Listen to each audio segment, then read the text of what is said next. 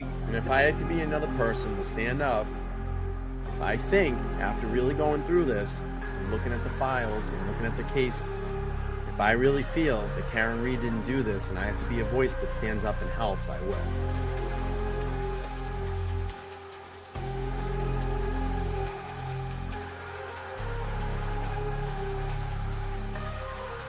We are expecting to learn more about the allegations against the girlfriend of a Boston police officer who was found unresponsive in the snow Saturday morning. I-Team sources say Karen Reed was in a relationship with John O'Keefe. She's facing charges including motor vehicle homicide and manslaughter. We're the only ones fighting for the truth of what happened to John O'Keefe. And me and my family and my attorneys and my team have marshaled every resource to get to the truth. It just feels like no one else wants it. Karen, just to be clear, you didn't do it. We know who did it, Steve. We know. And we know who spearheaded this cover-up. You all know. And no, she didn't do it. No, she didn't do it. This is an innocent woman. She didn't do it. I tried to save his life. Yeah. I tried to save his life at 6 in the morning. I was covered in his blood. I was the only one trying to save his life. Why'd you admit to it? She didn't admit to it. She didn't admit to anything close to that. Nothing close to that. And you should know that. That was like 3 or 4 times she admitted to it. No, she didn't. That's not true. She asked a question. She asked a question, which is very different. She didn't admit to anything.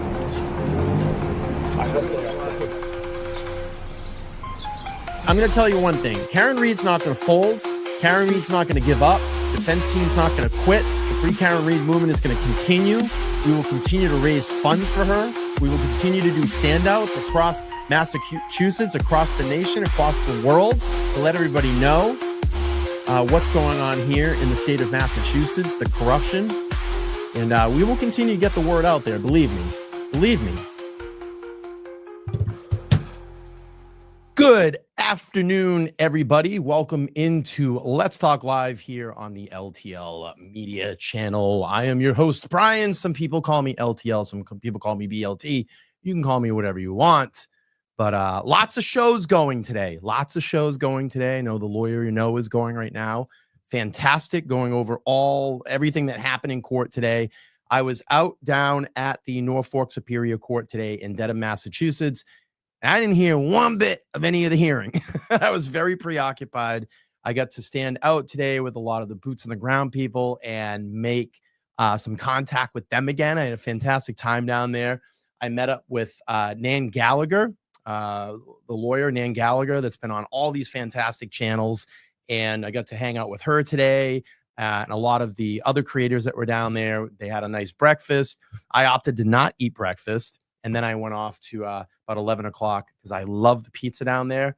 I ended up grabbing a slice at the Dedham House. I recommend it if you're down in the area near Norfolk Superior Court and you want a quick piece of pizza, grab one at the Dedham House. Great pizza. I'm always excited when I get down there to have a slice when I'm in the area. And I should be starting the diet right now, but I had to grab a slice today. So anyway, at the end of court, I thought it was going to go a full day. It didn't. It broke around 1 o'clock. We had that fantastic clip that I posted up of Karen talking about the federal investigation and basically saying if I went on with what Brennan is saying about the federal investigation, it would be detrimental to my life. So all good stuff there. I was glad to be able to be out there, kind of push through all the reporters, get that clip and report it to all of you. So what I'm going to do here today on today's show is go through the hearing. I did not have the opportunity to hear any of it today, like I said, because I was out at the Dedham court. And I know that we're going to hear a lot. Brennan's going to put on the record that the federal investigation is over. Chief Rafferty has come out now and put a statement out there. The federal investigation's over.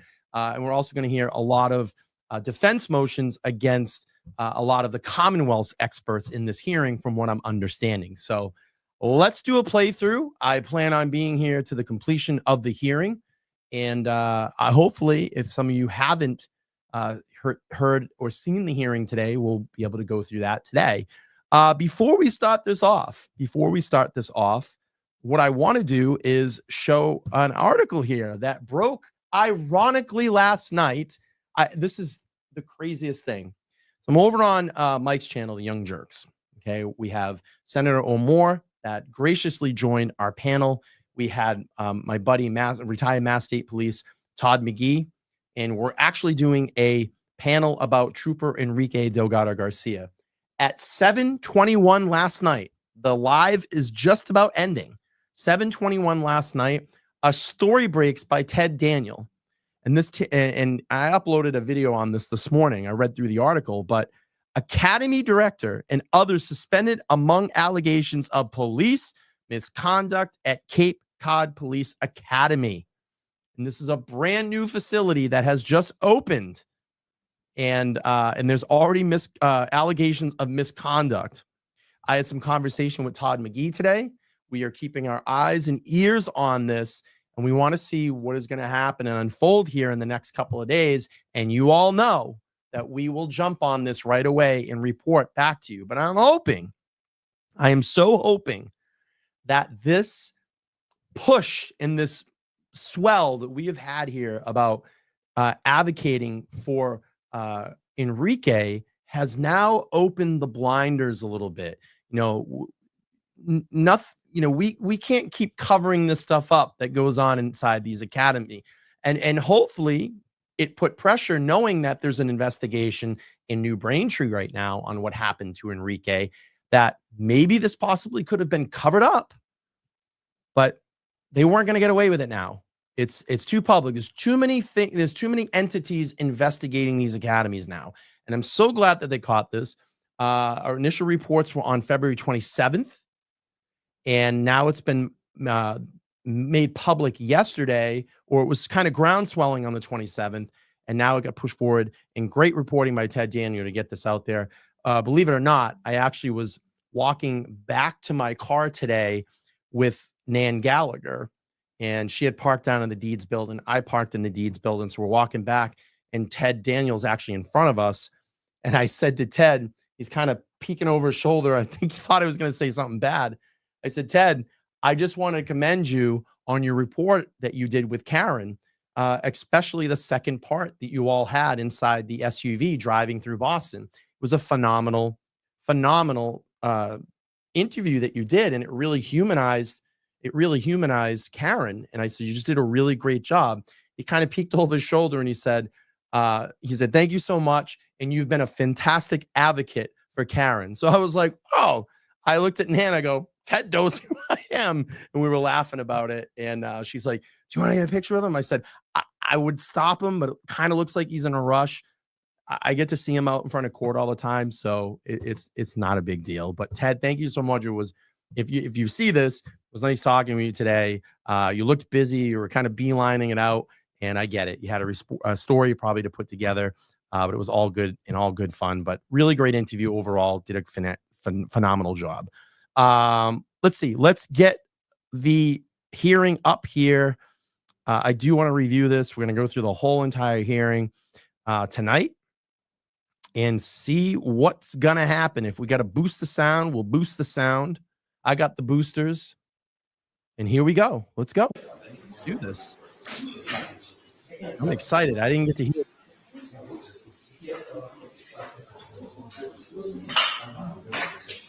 Yes, the fan. The fan.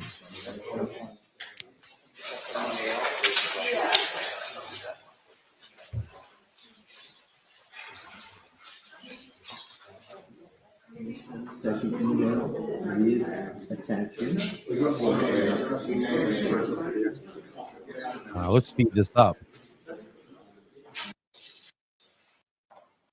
Wow. I guess there's a lot of time. Here we go. All right. It's El Busto, the sound of. Yeah. You shall be heard. God save the Commonwealth of Massachusetts. This court is now open. You may be seated. 22-117, the Commonwealth versus Karen Reed. Can I please identify myself for the record? Good morning, Your Honor. I'm going to be honest with you. I don't think I'm going to be able to watch this on court TV. I'm going to find another one because I can't watch that crawl. I can't do it. So let's find another feed here. Because that crawl is going to drive me crazy. It's going to drive me absolutely crazy at the bottom of the screen. Let's do this. I'll boost the sound on this one. All right. I'm not watching that crawl. Any crawl that's going to crawl, it's going to be my crawl. I'm not watching that crawl on court TV. All right, let's boost the sound. Before the Honorable Beverly Cannoli, Justice of the Norfolk Superior Court in Foley County of Norfolk. Draw near, please be attentive, you shall be heard. God save the Commonwealth of Massachusetts. This court is now open. You may be seated. All right, let's do it. Good morning, Mayor.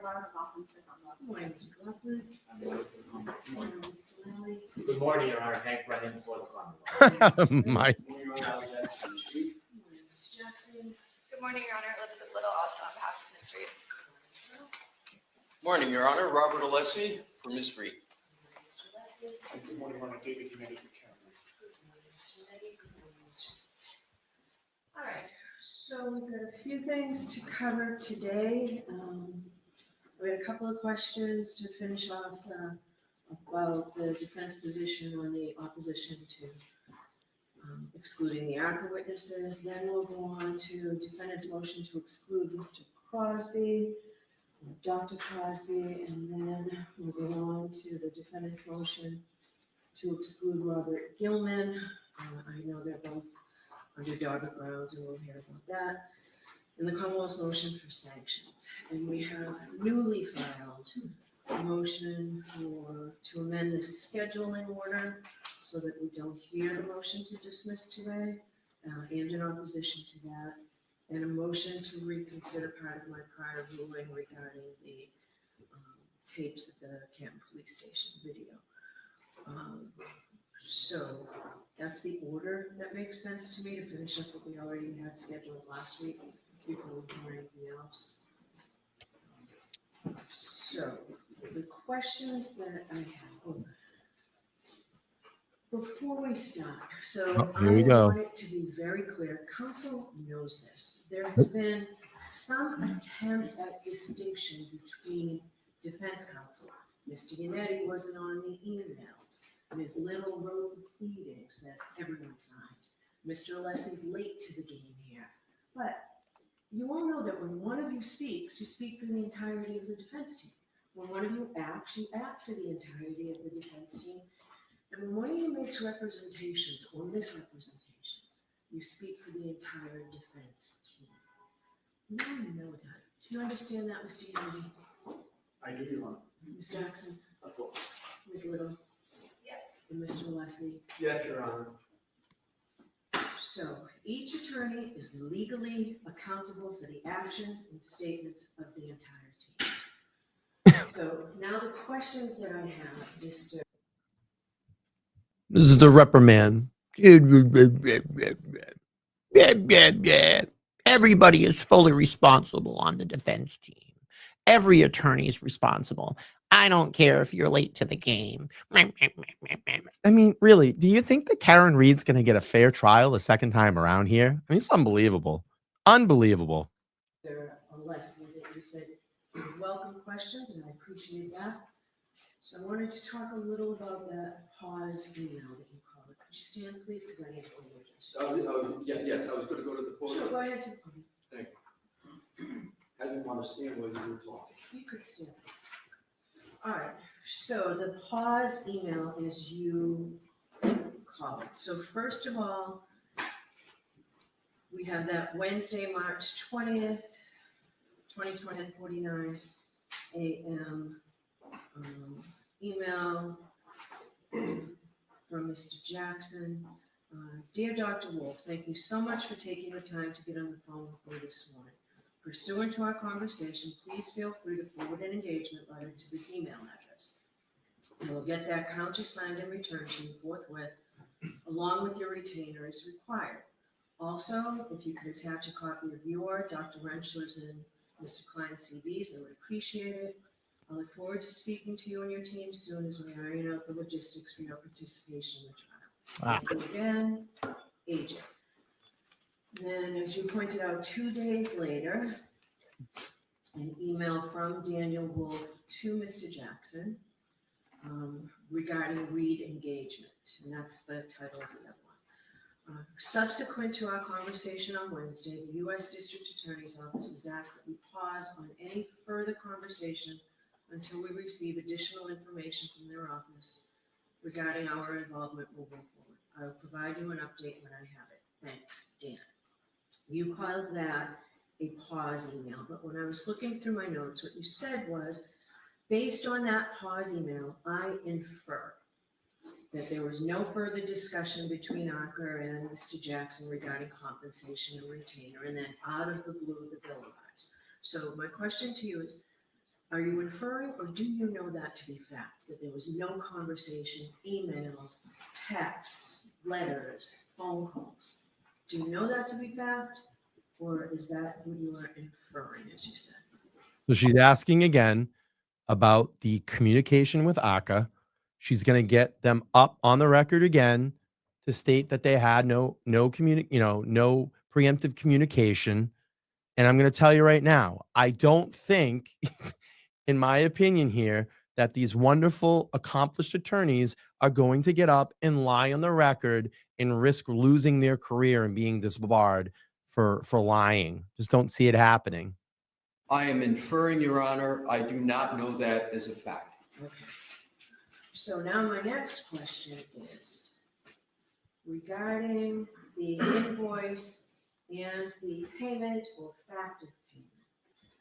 So the invoice was provided on February 13th, 2025, provided to the Commonwealth. The bill itself was paid on July 25th, 2024. Why wasn't the record of payment produced at the same time? Same time as what, Your Honor? As the invoice? And you're referring to the They record of talked- payment being? Yes, why wasn't the fact that this payment was made? It didn't come out, for me, at least for the court, until I asked you midway through your proceedings.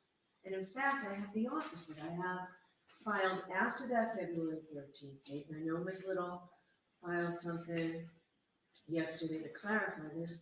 Seems pretty clear. This was filed, I believe, on the weekend, February 16th.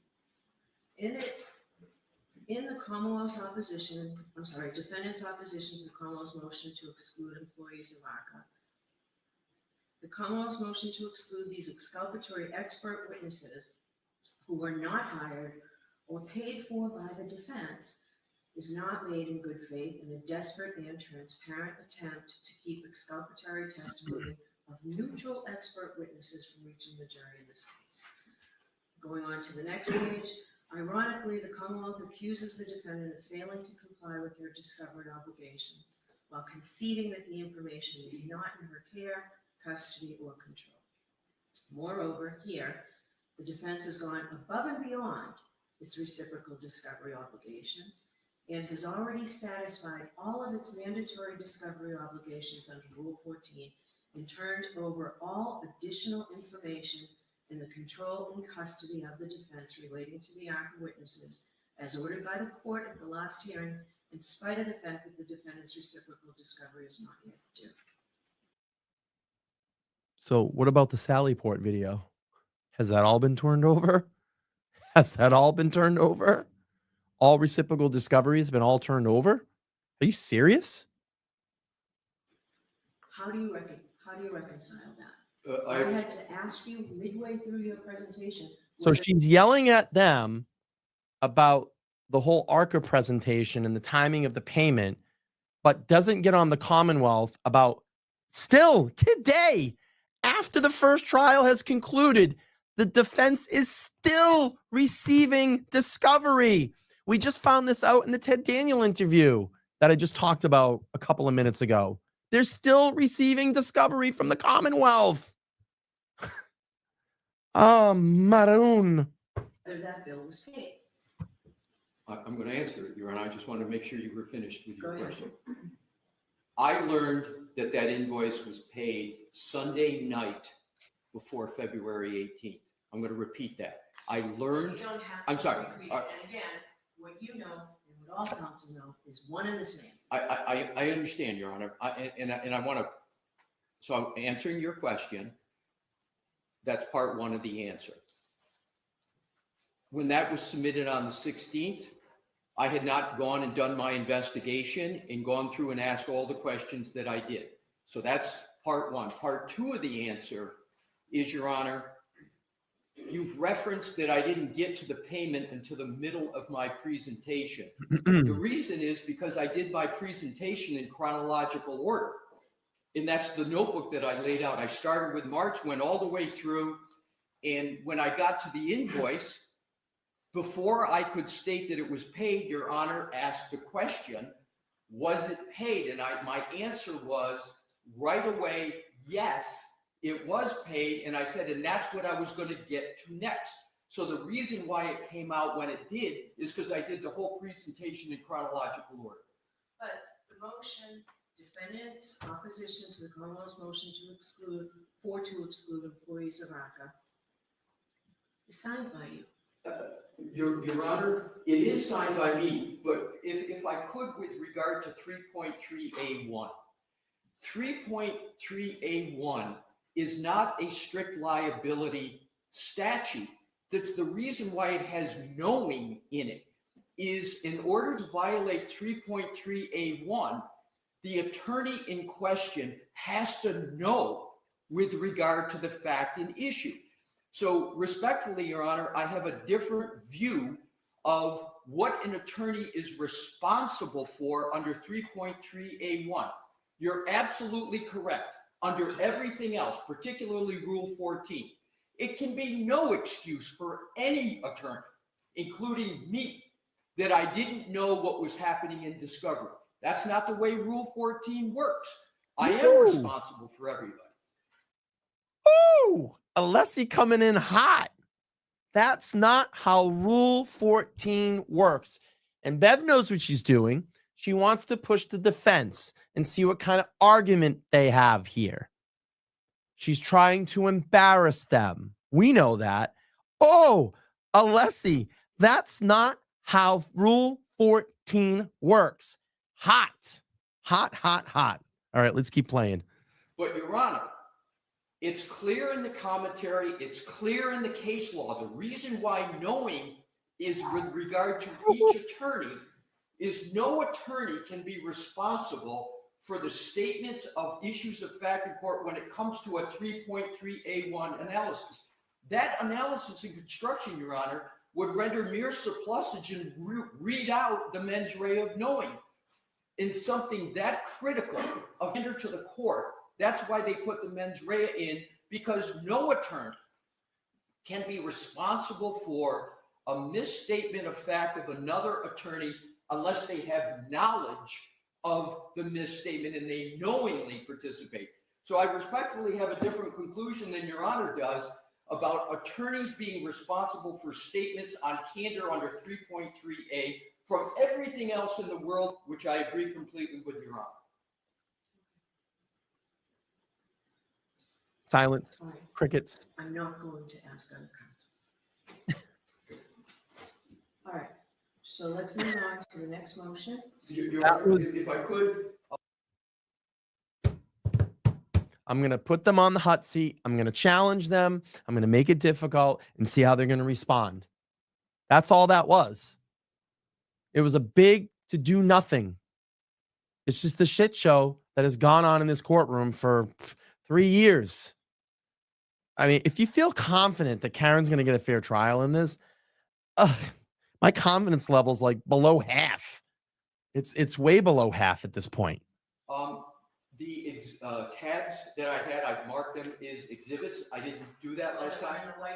The white book, and I had to mark Mr. Brennan has agreed to them going. May I just offer them in at this time? They're all marked. There are two. Your Honor's February 6th was exhibit 1. So I picked off on 2 and worked it out before. What would you like me to do with each, Your Honor? To the court officer, we'll give them to. Well, there you are.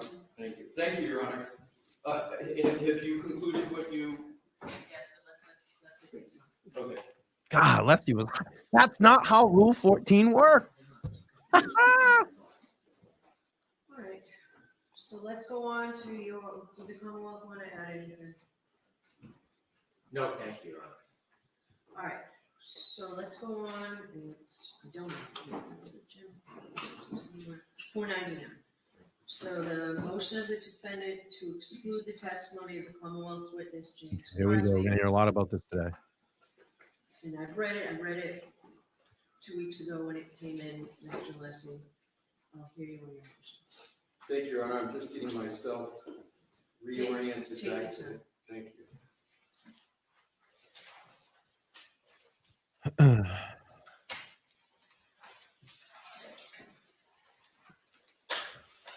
A lot of people understand Robert Alessi has been with this team for a while. He's just been kind of in the background. And I'm so glad they brought him to the forefront because he's been a force, a power force, and just killing it in the courtroom. Great on arguments with motions. You know, maybe that's his specialty in all of this. But he is fantastic. The entire proposed testimony of Dr. Crosby should be excluded because he is plainly not qualified to render the opinions that he is trying to render, and his methodology not only is not reliable, but it's not even documented. Would he say rock hard of the ground? Your Honor well knows Rock the solid or rock inquiry under Dalbert Lanigan, so I won't go through Rentala and the rest. Your Honor's heard it many times before. Under the qualifications prong, the crucial inquiry, Your Honor set the standard for the subject matter of his testimony. And what is the subject matter of his testimony? The subject matter of his proposed testimony is the medical cause of the injuries and wounds to the right arm of the decedent. I'm going to get into how Dr. Crosby. I'm sorry. I thought Crosby was the weather guy. That's right. He's this dog behavioral specialist on YouTube. I've seen a lot of his videos.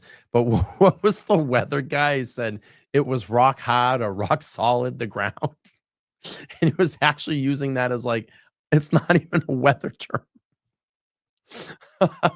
All right, we'll keep playing through. Tries to camouflage to avoid the impact of the standard Your Honor established. But that is clearly what he is trying to do. And I cite to NDAO 1377, yes, NDAO 1382, because that is where he renders his opinions. For example, he says, this is a preliminary response to your request for my professional expert opinion regarding injuries and defects to the right arm of decedent John O'Keefe. Similar statements. So it's very clear that's the subject matter of his testimony. Your Honor stated with regard to Dr. Rentschler that it is clear to me that in Massachusetts, biomechanical engineers are not qualified to testify as to medical causation of an injury. The key point. Only an MD can do that. That's what Your Honor said was the clear law in Massachusetts. Admittedly, indisputably, Dr. Crosby is not a medical doctor. As a matter of fact, Dr. Crosby is not a veterinarian. He's not a forensic odontologist. And those are all disciplines that can even get near the type of subject matter that he's looking to opine about. He tries to dodge that very impactful standard that Your Honor established by saying, well, you know, this case is not about the treatment of the decedent. It's not a case about the treatment of the wounds on the right arm. And yeah, you'd have to be a medical doctor to treat, but that's not what the issue is, so I'm okay. It is a total straw man argument. He's creating this treatment. Nobody ever said the way that the issue is treatment. Dr. Russell never said treatment. Dr. Crosby made it up. Oh, excuse me. So he creates the straw man to try to avoid the medical causation opinion that he is given. And I think that's a clear indication that he is very, very sensitive to the issue that he's not a medical doctor. With regard to his area of expertise, it can't be more obvious than his own proclamations. He says the name of his consulting group is Canine Aggression. His purported title is Certified Behavior Consultant. So he himself dubs himself with regard to canine behavior. And that is what he is expert in. And of course, there's no issue whatsoever in this case about canine behavior. Yeah, so I get the argument here. Alessi's arguing, like he's saying that he's a behavioral specialist, knows dog behavior, but he's not trained in dog bites. That's what's going to be, I believe that's the argument that they're going to go down, the road they're going to go down. Again, I didn't have any time to hear this today. I was outside kind of running around all the courtroom, hanging out with everybody, touching base, sharing stories, you know, all that stuff. But that's where I think he's going to go with this. You know, hey, you're saying you're a behavioral expert in dog behavior, but that's not going to line up with a dog bite expert like Dr. Russell is. Dr. Russell is a dog bite expert. And I think that's the road they're going to take this in. His own report doesn't discuss canine behavior at all.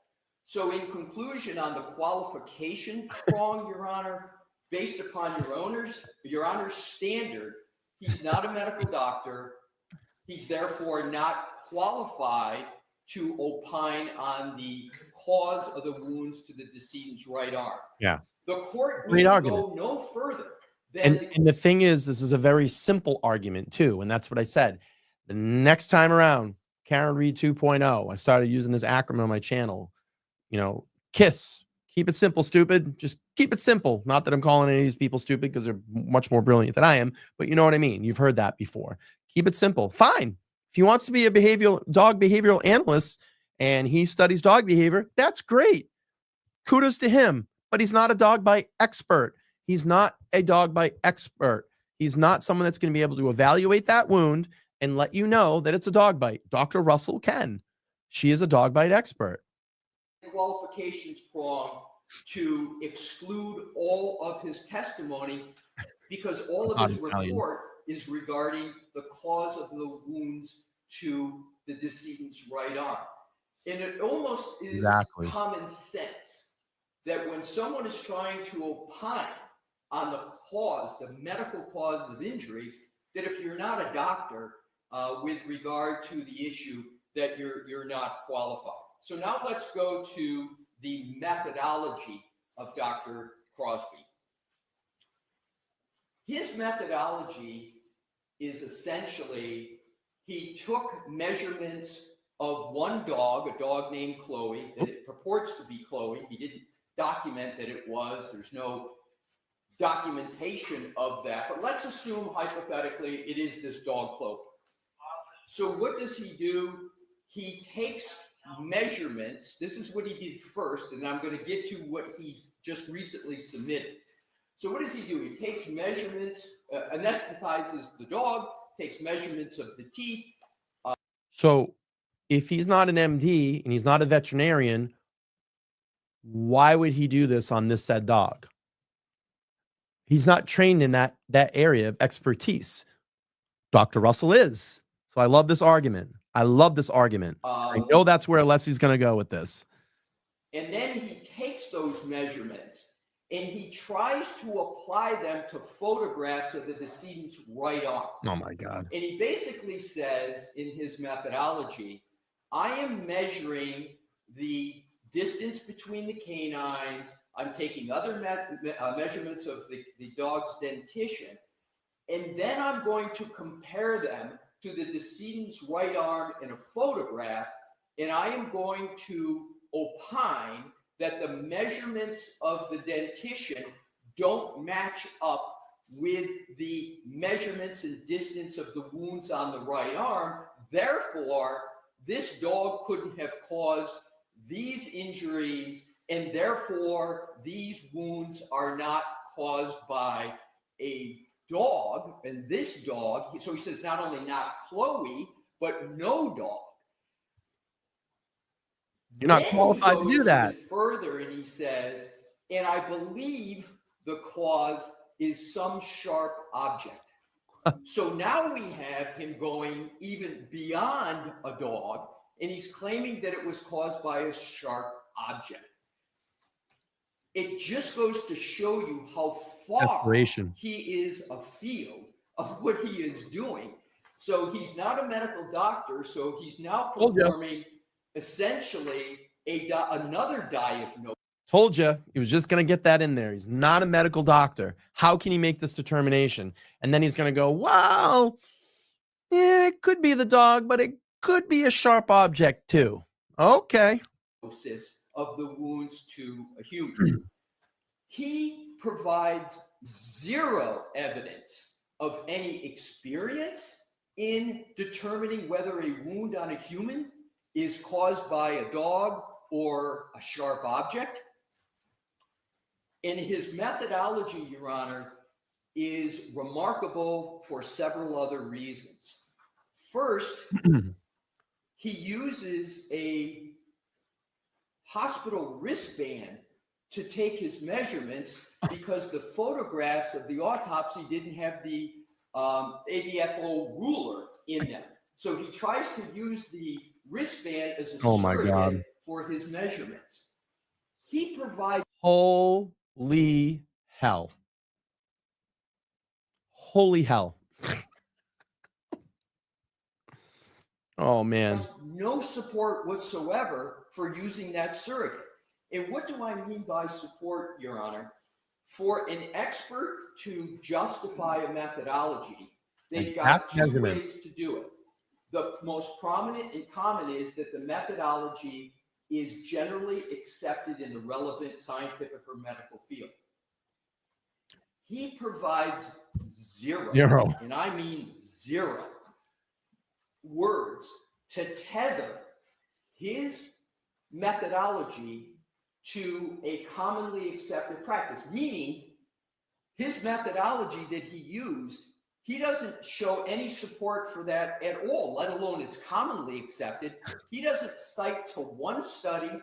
He doesn't cite to one scientific publication that says this is a permissible way to determine whether a bite is from a dog. So the burden, as Your Honor knows, is on the Commonwealth to establish the methodology.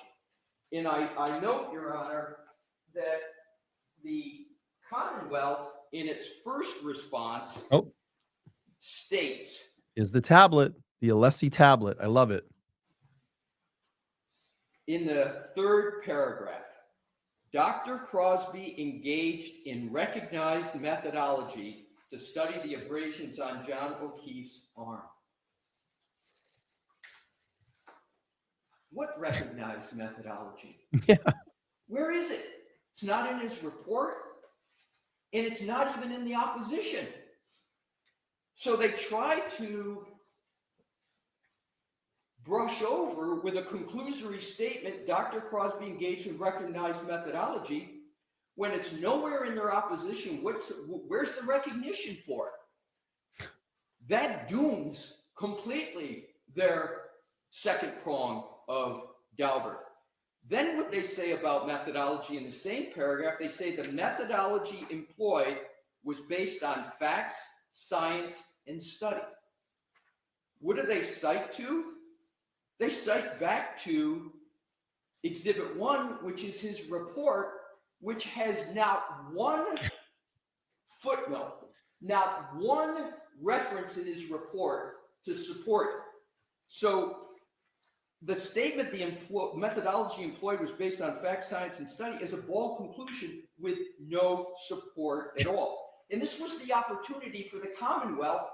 I put it pretty clearly what the challenge was, for them to come back and say, oh, no, the methodology, it's recognized, and here is the basis for it. It gets worse for the Commonwealth, Your Honor, on the methodology, because There are potentially some methodologies that might be used. They're called into serious question, but one of them for humans, not for dogs, is what the ABHO talks about is the dental mode and overlay method.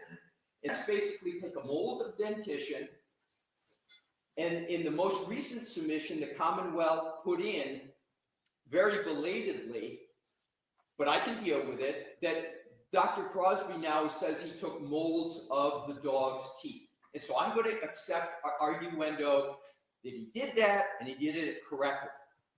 But what he misses is, again, not a medical doctor, not a veterinarian, saying that he's taken molds of the teeth. And how could that even be trusted? How do we know that he's doing it correct? those molds are meaningless unless you come to part two. You've got to take those molds and compare it to something. And the something is what's called the overlay method. And what is the overlay method? And this is all set forth in our position. On the wound. And I've got citations to the exhibits, which I go to. The overlay method is the part two you apply the mold to. So what you do is you take tissue samples of the wound and you make, there's a variety of techniques you can do, but you basically create the wound on a model, and then you compare the mold to the model to see if they match up or don't match up. He never engaged in the second part of what is, even with two parts, is a questionable methodology. He doesn't employ the overlay method, the part two. So the molds that he took are meaningless unless you have the overlay to go with it, because that's what you compare them to.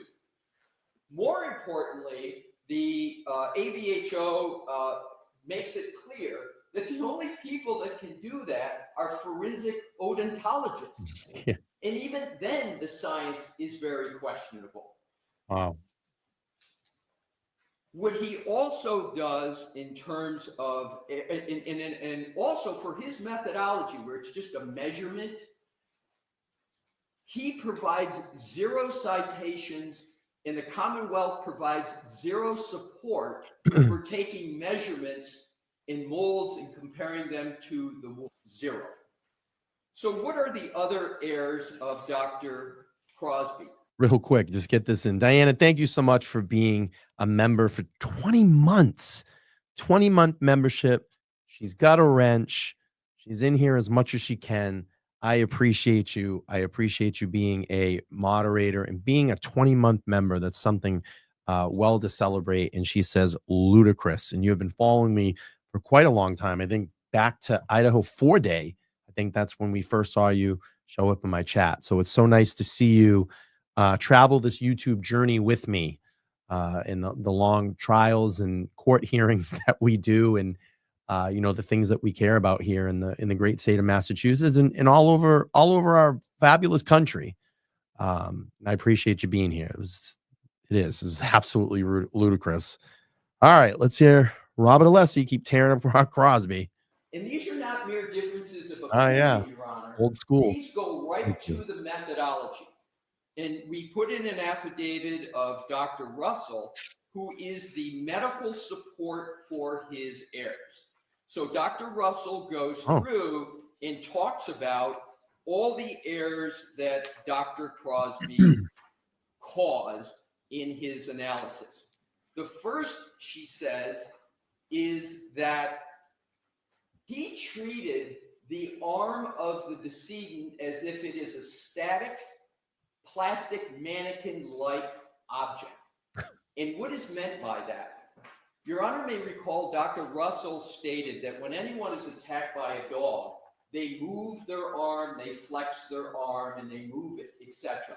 And that can cause a dog's teeth to have an incomplete bite, etc. Oh, you're moving around. Dr. Crosby doesn't account at all for that movement. So what he did was he treated the arm as if it never moved, and then he said, I'm going to take the dog's teeth, measure it, and then I'm going to take those measurements to a static arm. And he says it's just distance is too far off to say that it was from any dog.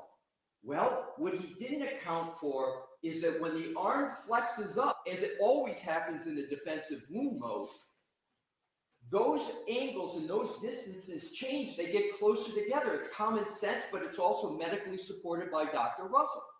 And she said when you do that flex, that is going to make those wounds approximate the canine. But the fact is, her main point is he never accounted for that in his methodology. It's not an opinion. It's a methodology. So, and again, if he... Leslie's making a great point. I mean, if you're attacked, I mean, you can probably Google or YouTube dog attack bites, and you can see them in real time. What happens when a dog, or even if you just showed we've seen examples, police training dogs, when they have the pad on and the dog bites, what does it do? It shakes, and it's shaking that arm. And if you're getting pain to your arm, you're going to try to pull away. So what he's arguing here is, you're trying to make all these, assertions and assumptions and measurements as you're acting as something's just sitting there static, like this table right now, like this microphone. It's not moving. It's static. It has no motion to it. And this is a great argument because, a wound or a bite with movement is going to change. It's not going to be just a clear cut sink into the skin and that's it. Good argument. Were to cite to and a truth. study that would say, no, it's okay to just treat it illogically as a static object, he might have some support, but he doesn't, and there is nothing in the literature because nobody believes that's at all realistic in a dog attack. So that's her first criticism of him. She also states that the photos that he used, there's no documentation of who took them, how they took them, and we all know in forensic photography, those people who take those photographs have to be trained. They have to give a fair and accurate depiction. And you can look at one of the key photos, it's blurred. So it's obvious that there's a problem with one of the photos.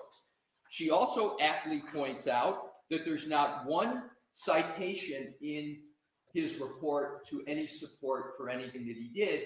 The Commonwealth, in their opposition, spent more words going back trying to attack Dr. Russell than they did trying to support their own expert's opinion. And I just counted the lines. I'm not going to tell you what the count is, but there's more lines basically trying to say that Dr. Russell's entire testimony and opinions lacked adequate authority.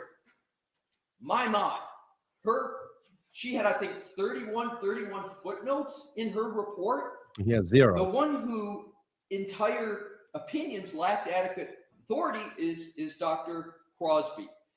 The other criticism that she has on the methodology of Dr. Crosby is that he didn't account for the dimpling and pinching and piercing of skin, human skin. When there's any pressure, particularly with a bite, it moves, it dimples, it hits the muscles, etc., etc. My point exactly. No account for the condition of the human arm and skin and anatomy, perhaps because he's not a medical doctor and doesn't know the area. Thank you, Amy. So, with regard to the Commonwealth's response, I'm appreciative of the fact that they cited to his thesis. So what they say is in the second paragraph, they said his master thesis, the specific use of evidence in the investigation of fatal dog attacks, has been peer reviewed. So what did I do? I went and read both of his theses. What I found is particularly probative of the issues I just raised. So I looked at his and read his, I read 179 pages of his 2016 Master of Science thesis that they cited. Oh, I want to see something. Nathan Reed a little in the background there. I want to go back just a second. I want to watch Nathan right here. That's Karen's brother. If y'all don't know, if anybody's new that's coming into the channel, I want to watch Nathan here. Reviewed. So what did I do? I went and read both of his theses. Watch Nathan's face. Look at he's smiling. What I found is particularly probative.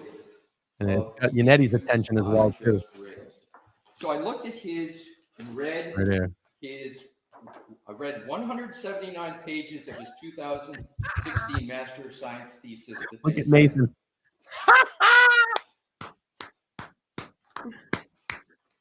It's just kind of like Nathan sitting there going, yeah, you ain't gonna get one by on this guy. Good stuff. I love it. I love it. I love it. I love it. He talks about Yanetti's attention too. On page 46, he's still laughing. Bite mark evidence. A bite mark can be generally defined as a pattern made by teeth in a substrate. A dog bite injury is a pattern industry. Your Honor may recall the absolute probing of Dr. Russell on patterns and the arguments that patterns are a soft science and you can't rely upon them. And lo and behold, Dr. Crosby's first sentence in his master's thesis is a bite mark can generally be defined as a pattern. A dog bite injury is a pattern injury. So I appreciate in his thesis that he confirms Dr. Russell's methodology. What he doesn't do in his thesis is even mention his own methodology that he used here. In 179 pages, there is now one reference to the methodology he used in his report. With regard to, I mentioned the ABFO, the American Board of Forensic Odontology, and I mentioned how difficult that is to do that correctly. In his thesis, he states, and I quote on page 61, the guidelines, however, do not indicate the criteria necessary for using each method to determine whether the bite mark can be related to a person's dentition and with what degree of probability. There is no science on the reproducibility of the different methods of analysis that lead to conclusions about the probability of a match. Uh-oh. Very, very, and I couldn't agree with Dr. Crosby more on that.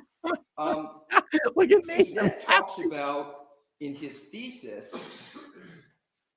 about the fact that there's no accepted methodology for dog bites, even using ABFO. And on page 63, I'm going to quote what he says.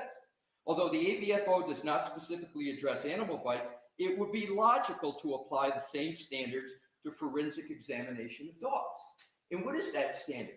That's the mold in the overlay, right? He never did the overlay, and he was proposing in his thesis that that might be a way to go, but he recognizes that it is not reliable. And real quick, I love the gaslighting. I couldn't agree with Dr. Crosby even more. I love it. I love it. I love it. I love it. And then on page 66, the last paragraph I'll cite in this, he says, reliability in human cases is under examination. Hard statistical agreement on consistency is not present, so each evaluator will have to make the best argument in each case. As case law develops and examination science progresses, we can hope that standards will be established and accepted. Until then, a forensic bite evaluator can best develop their opinion based on whether the bite mark in question is consistent or inconsistent with a pool of potential subjects established by other means. Here we go. Uh-oh. This opinion should be heavily influenced by supportive hard evidence, such as DNA, physical observation, blood, tissue recovered from the gastrointestinal tract, and other factors. So the ABO, he agrees with the fact that you just, even with this methodology, you've got to have it supported by this hard evidence that he doesn't have anywhere near in his methodology. And what he also talks about is relying upon a medical examiner for this hard evidence. And what we point out in our opposition, Your Honor, He never worked with Not a medical examiner, right? His methodology. He never worked with a forensic odontologist. In the case law that we point out, even in this very suspect area of bite mark analysis, even in the cases that allow it for humans, they are all cases where there had to be a forensic odontologist or a medical examiner involved for quite obvious reasons. So his master's thesis supports the methodology of Dr. Russell and provides now one mention of his methodology. So then I said, well, maybe in his PhD thesis, which is more recent, 2023, maybe in that thesis that the Commonwealth did not cite. So I went and read 143 pages of that. And Nathan. There is zero mention of his methodology, and that was just 2 years ago. So what does he say? In his whole thesis is entitled Dog Bite Related Human Fatalities in Scientific Study. So it's really about fatalities, and here it's undisputed that the decedent, his death wasn't caused by a dog. It's a dog attack, but that was not the cause of death. And his whole thesis is about the problem statement. He defines his thesis on page 18. One of the problems is the lack of standardization of methods in reporting. Lack of standardization manifests in several ways. So basically what he did in his thesis is he went through and talked all about when there's fatalities, there's ways, and he creates a classification system on page 63. But his classification is on behavior. Second sentence, page 63, classifying dog bites. This provided the opportunity to develop a protocol for classifying the incident from the dog's likely perspective based on its behavior. That's his thesis. It's got nothing to do with, is this wound caused by a dog bite? And so on the point. He's not a medical expert. He's not qualified to make determinations on dog bites. Dr. Russell is. This is the argument here. And Alessi's got him nailed to the wall. Beach Life from Mass. Look at this 14-month member. Thank you so much. Thank you for reviewing this, Brian. I was at a conference. Well, that's why we do this. If I have the opportunity to jump in and do this, that's why I do it. I was actually out at court today, so there's so much going on. I know people are trying to listen to the hearing. I can't. There's so much going on. So I'm going to come back, have a little dinner, going to pop on at 5. We're going to review it and go through it and react. And here we are. So I appreciate y'all joining me here today and going through this. All right, let's keep going. Alessi's tearing the walls down here. Point of needing a medical examiner, needing someone like a forensic pathologist to be involved. He agrees. Page 125 of his PhD thesis. First full paragraph. Where possible, medical examiners or other examining experts should document the location, extent of wounds, and try to determine which wounds may have been antemortem, perimortem, postmortem. This may require histological analysis by a forensic pathologist.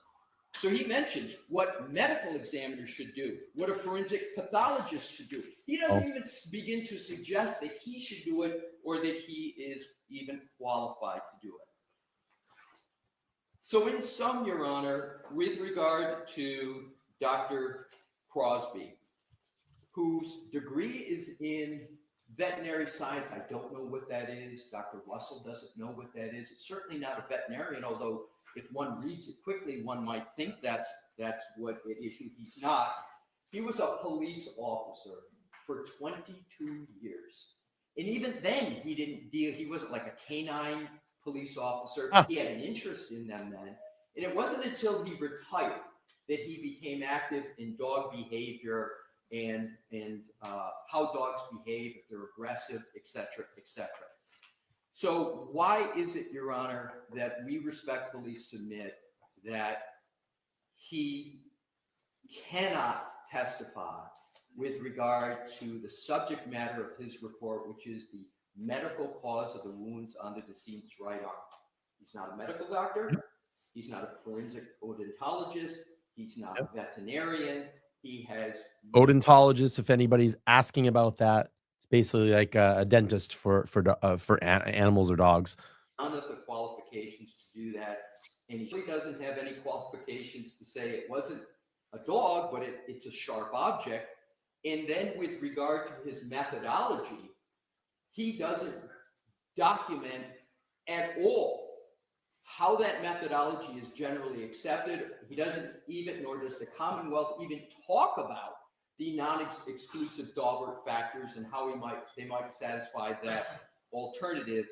And lastly, when he speaks and writes a master's thesis and a PhD thesis of just 2 years ago, he doesn't even mention the methodology that he used. So, Your Honor, in Your Honor's opinion about Dr. Russell, stated that it was a close call for Dr. Russell in her ability to testify.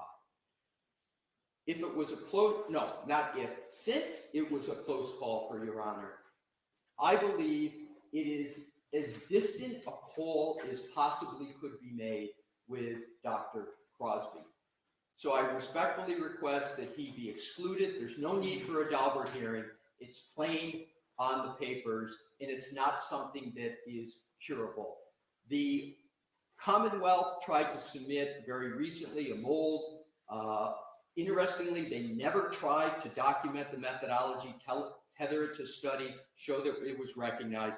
They've now had 2 tries at it, and they haven't come close, and I'd urge the court to reject it. A jury should not have to hear from a dog behavioralist on what was the cause of the wounds to the right arm of the decedent. I'll allow it. Thank you very much. I'll allow it. Mr. Brennan, before you begin. Oh, God. Dr. Spanky. Crosby is not going to testify that this injury appeared to have been caused by some sharp object, is he? Are you planning on bringing that in? I wouldn't ask him to do that, no. All right, so. She's gonna let him. Yeah. She gonna let him fucking testify. She gonna let him fucking testify. She's already made her mind up. She's gonna let him testify. That's why she asked about the sharp object. She's already made her mind up. She's already made her mind up. Oh, God. Karen Reed's not gonna get a fair trial on this. Yes.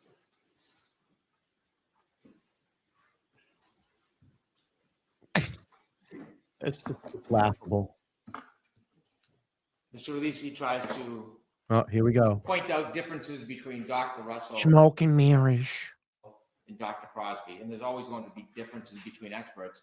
One difference is that Dr. Crosby has actually testified in state and federal courts regarding dog bites before, where Dr. Russell never Isn't that has scary? before this case.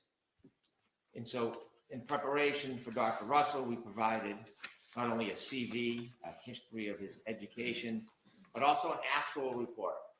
An actual report of what Dr. Crosby did, the methodology explaining his analysis, his examination of Chloe, and his testing. That was provided to the defense prior to any testimony that he will have on the stand. When we look at the summary that's provided, Dr. Crosby has testified in numerous cases before. So those courts seem to disagree with Mr. Releasey's opinion. In addition, Dr. Crosby set out in his package numerous different journals and publications that he relied upon in this case. There are a number of publications, I won't read them all to the court, but we can see that he relied on books regarding bite mark evidence, human bites versus dog bites, forensic study of dog attacks on humans, a focus on bite mark analysis. Books. He relied on books. See how he gets sneaky? He throws those little. He relied on books. See, he tries getting sneaky. Not experience, not firsthand knowledge, not looking at dog wounds, not looking at bite wounds, not making determination in live scenarios. Books. Books. That's what he relied on. Books. The list is comprehensive. Variable mechanisms of dog-related deaths, life-threatening dog attacks, a devastating combination of penetrating and blunt injuries, fatal and near-fatal animal bite injuries, on and on. These are materials that he has studied, he's familiar with. Dr. Crosby has the qualifications to testify, not simply because he's testified in state and federal courts before this case, but also because of his studies and his education. It seems as though Attorney Lisi is trying to bind the court regarding a comment of the necessity for a medical doctor. There is no requisite that an expert in this field needs to be a medical doctor. There is no cases that they provide that bind that limitation. The qualifications of Dr. Crosby are outstanding and significant. He studied at the College of Veterinary Medicine. He completed coursework in forensic animal behavior analysis, animal crime scene, bite mark analysis, veterinary forensic pathology, forensic crime scenes. He is often called to go to autopsies around the country to study wounds and determine if they are bite marks, if they are dog wounds, and if they can be attributed to a particular dog. He served as acting chief. Is that in the papers? The different autopsies he hasn't, I can supplement the autopsies he's been to, and I can also. I was just going to answer this. JD, thank you so much. Look at Sharp. Is it too late for a bench trial? Are you kidding me? I'm not trying to make fun of you in any way. You want to put Karen on a bench trial with that judge? She would convict her in a blink of a second. You know she's bloodthirsty to put Karen away for life. You know that. There's no way. No way I would put Karen on a bench trial. She has much well-qualified attorneys. Yeah, it's never going to happen. All right, let's keep going here. Supplement specific cases where he's qualified. He has listed a number of cases in the back of his package. So do I have the exhibits that I have are attached to the Commonwealth's, the defendant's motion? They have. I don't know that I have all the reports. Exhibit 1 has Dr. Crosby's report that has all this information in it. Okay. And as I mentioned on a previous tape, Dr. Crosby actually went and examined Chloe. And when he did that, he verified that it was in fact Chloe.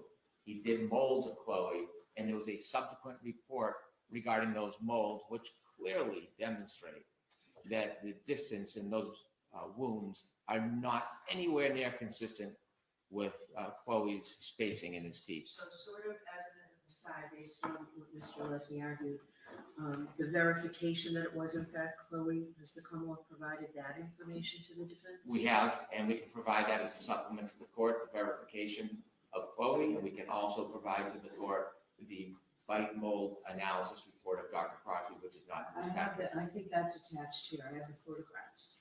That's part of the original report, but then he actually took a mold of Chloe's jaw and teeth. Thank you, Jay. And Thank you. Supplement a report regarding the mold. And that's been provided to the defense? It has, but it's not been provided in this package, so I can provide that to the court. She's gonna let that guy testify. So I'll supplement those two different items for the court's reference. In addition to his experience, he was chief of animal care and protective services of the city of Jacksonville. He had oversight and approval of criminal investigations. He trained staff in dog bite and dangerous dog investigations. He served as the Animal Control Division Manager for Bay County, Florida from February 2008 to 2010. He has training and experience, including certifications in humane euthanasia of animals, legal restrictions of methods and reasons for euthanasia. He's investigated numerous complaints of dog bites, and dog behavior. He's published. I had shown the book to Dr. Russell when she was cross-examined. He has. Real quick, JD, they're arguing about it. That's what this is all about. This hearing's about. So we'll see. Welcome in, everybody. If you can, smash that like button on the way in. I was out at trial. I was at the hearing today, but I didn't get to go into the court, and it was really hard to kind of hear. It was bouncing all over the place. So, of course, we're here tonight reviewing and reacting to the hearing.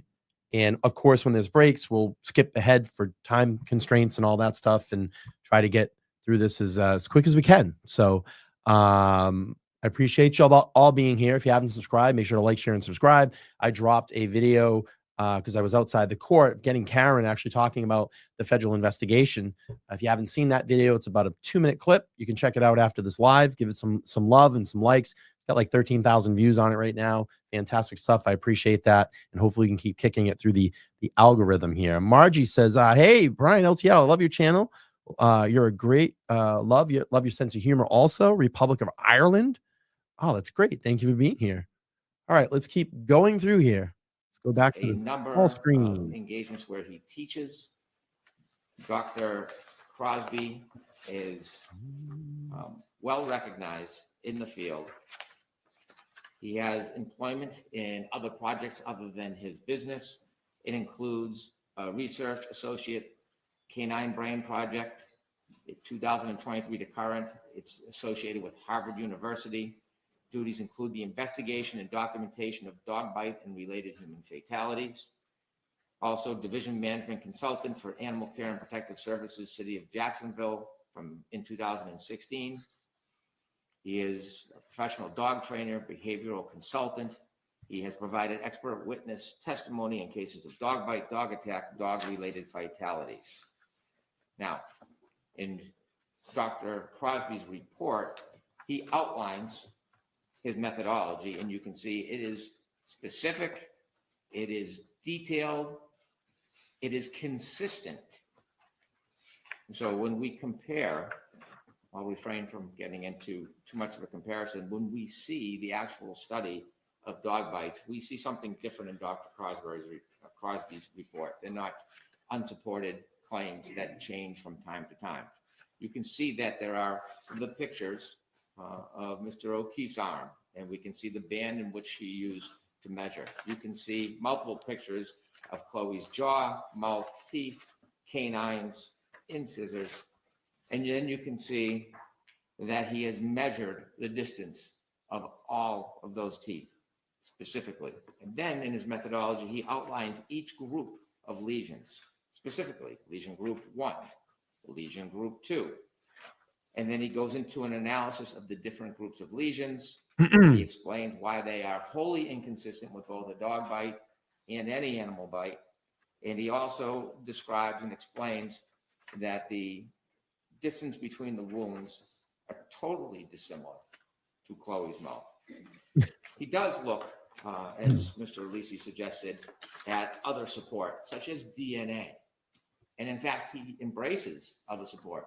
In this case, there is no canine DNA, significant to Dr. Crosby because in virtually every case, he finds canine DNA. So he does look to alternative sources, and mindful, there was pig DNA found. So it wasn't as if the sample was obliterated or destroyed and there was no materials available for testing. It's just the unfortunate consequence that there is no animal DNA.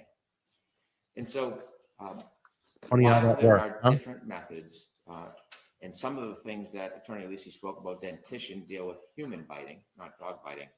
His methodology is set out very clearly on how he came to these determinations, what he did in his study. He actually engaged in an investigation in this case before providing his opinions. So Dr. Crosby is well qualified. He has been accepted in state and federal courts before this case.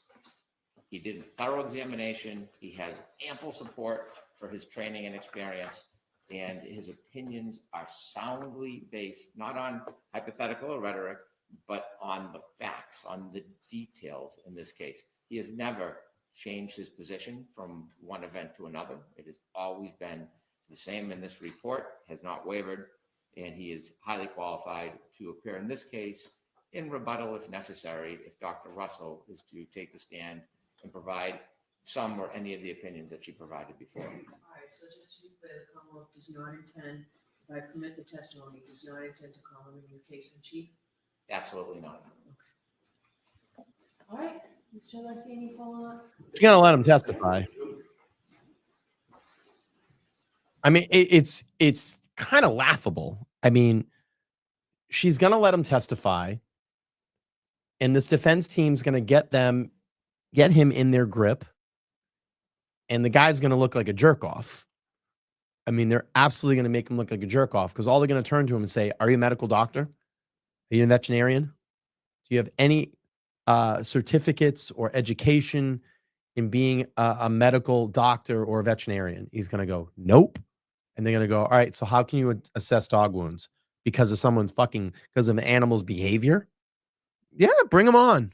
It's just going to look like a jerk off. He's going to look like a jerk off. All right, let's keep playing here.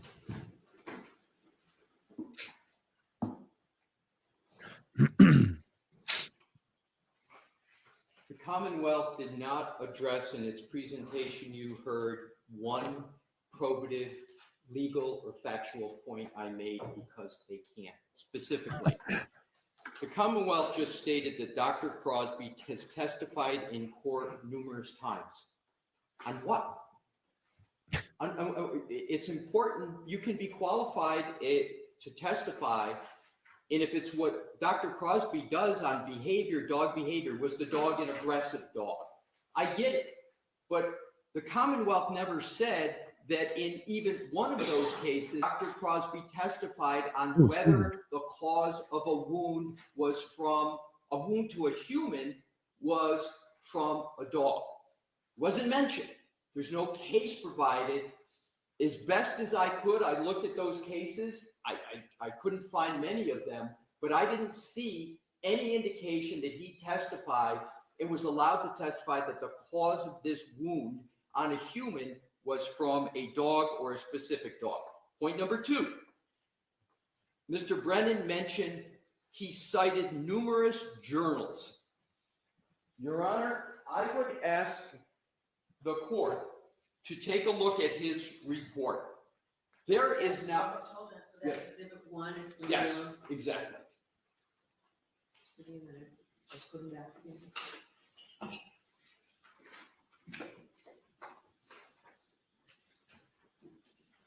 All right, so what page?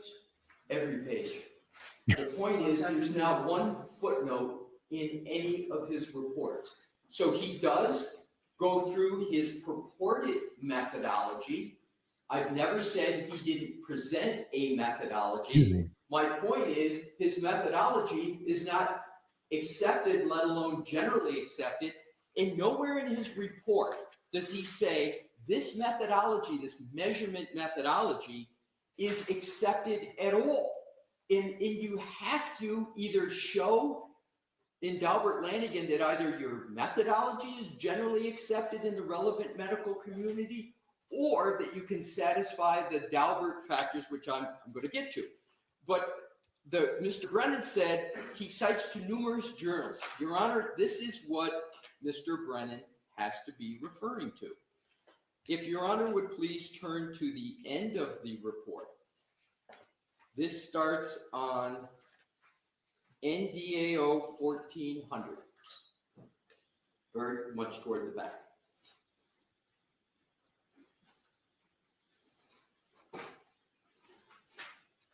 Trying to have some little fun, having a little fun in the chat. So I'm trying to use this like super chat goal thing they have. So if anybody wants to try to get this goal up, I'll share an embarrassing childhood photo of myself. So feel free if you want to see an embarrassing photo of me in my childhood, in a super chat, and we'll do that at the end of the show. But we got to meet the goal. All right, let's keep playing here. Have a little fun, right? Okay. So he's got it in alphabetical order. Importantly, the page before 1399 at the bottom is entitled References and Materials Consulted That May Affect My Opinions in This Case. You can't have an expert report that does a data dump of references and says, there might be something in here that I might have considered that might affect my opinions in the case. And that's exactly what he did. And the only conclusion I draw from this is his methodology isn't in any of them, because if he had to cite which one of these contained his methodology, he would have to be creating fiction. So when Mr. Brennan says he cited numerous journals, well, he did, but where does he tether his methodology to one of them? He doesn't, because he can't, because his methodology, to the best of my research and Dr. Russell's, has never been accepted by anyone. Jen's kicked it off. $5 super chat. Thank you so much, Jen. I appreciate that. We got 9 more to get there, and then we'll show an embarrassing photo of myself. Thank you so much. I appreciate it. All right. So let's then keep going what here. Mr. Brennan stated was that he participated in autopsies. My point exactly. Thank you, Jen. He participated Thank in you. them. He obviously doesn't perform autopsies, so it had to be with a medical examiner or forensic pathologist. He didn't do that in this case. There's no statement by him that he worked with a medical examiner, etc. So I think the inference the Commonwealth wants Your Honor to take is, because he's participated in autopsies, he must have been the one that determined whether or not the dog bite, excuse me, the wound is from a dog. There is zero evidence in any document from which even an inference can be taken. There's no foundation fact from which the inference can be taken that that's what he has done. He mentions a book that he tried to use on Dr. Russell and for whatever reason immediately truncated it. I will just reference that book is not peer reviewed, but importantly, nothing in the book that Dr. Crosby wrote, and I thank Mr. Brennan for bringing it up, there's nothing in that book that sets forth the methodology that he used here. Right. It's not there. With regard to he's well recognized in the field, that's exactly what Mr. Brennan's words he just used. He's well recognized in the field. What field? For Dalbert, you gotta have experience in the subject matter. I don't know what he means by field. Is it dogs, dog behavior? In Dalbert, it's the subject matter, the testimony, which is what's the medical cause of the wounds to right arm. That's not documented. That's not even stated. The Advocate, thank you so much for becoming a new YouTube member. Those memberships really help support here. Those monthly memberships really help support, keep the lights on here in the studio. I try to do members only like once, maybe every 2 weeks. Sometimes if I can get them in once a week, and they're a lot more relaxed. We have some fun during them, and it's like kind of a Q&A. So you can actually ask me any questions. So thank you so much for supporting the channel. I appreciate that. If anybody wants to become a member, you can go down there below. You can click join, and my tiers start at $1.99. We'll keep going here. He mentions Harvard, which people use for obvious reasons. You know, it's Harvard. Yep. What is it that he is participating in Harvard in? Nothing. And this was from the words of Mr. Brennan, canine brain behavior. I didn't hear anything that he's at Harvard opining on the cause of wounds to humans and whether they're not from a dog. Mr. Brennan said that he outlines his methodology. I agree with Mr. Brennan on that. He does outline the methodology that he uses. But fatal and problematic is he doesn't tether it to a study to say it's generally accepted, which is the key inquiry under either Commonwealth v. Davis, common acceptance, or the Daubert-Lanigan, the 9 exclusive factors. And then the last point that Mr. Brennan made is particularly telling. He said Dr. Crosby bases his opinion on facts. That's not the Daubert inquiry. You've got to base your opinion on a reliable methodology. Facts, yeah, they are somewhat relevant, but the most probative aspect is methodology. So I am still, after all this time we've argued this, waiting to see where is the study, where is the documentation that the methodology that Dr.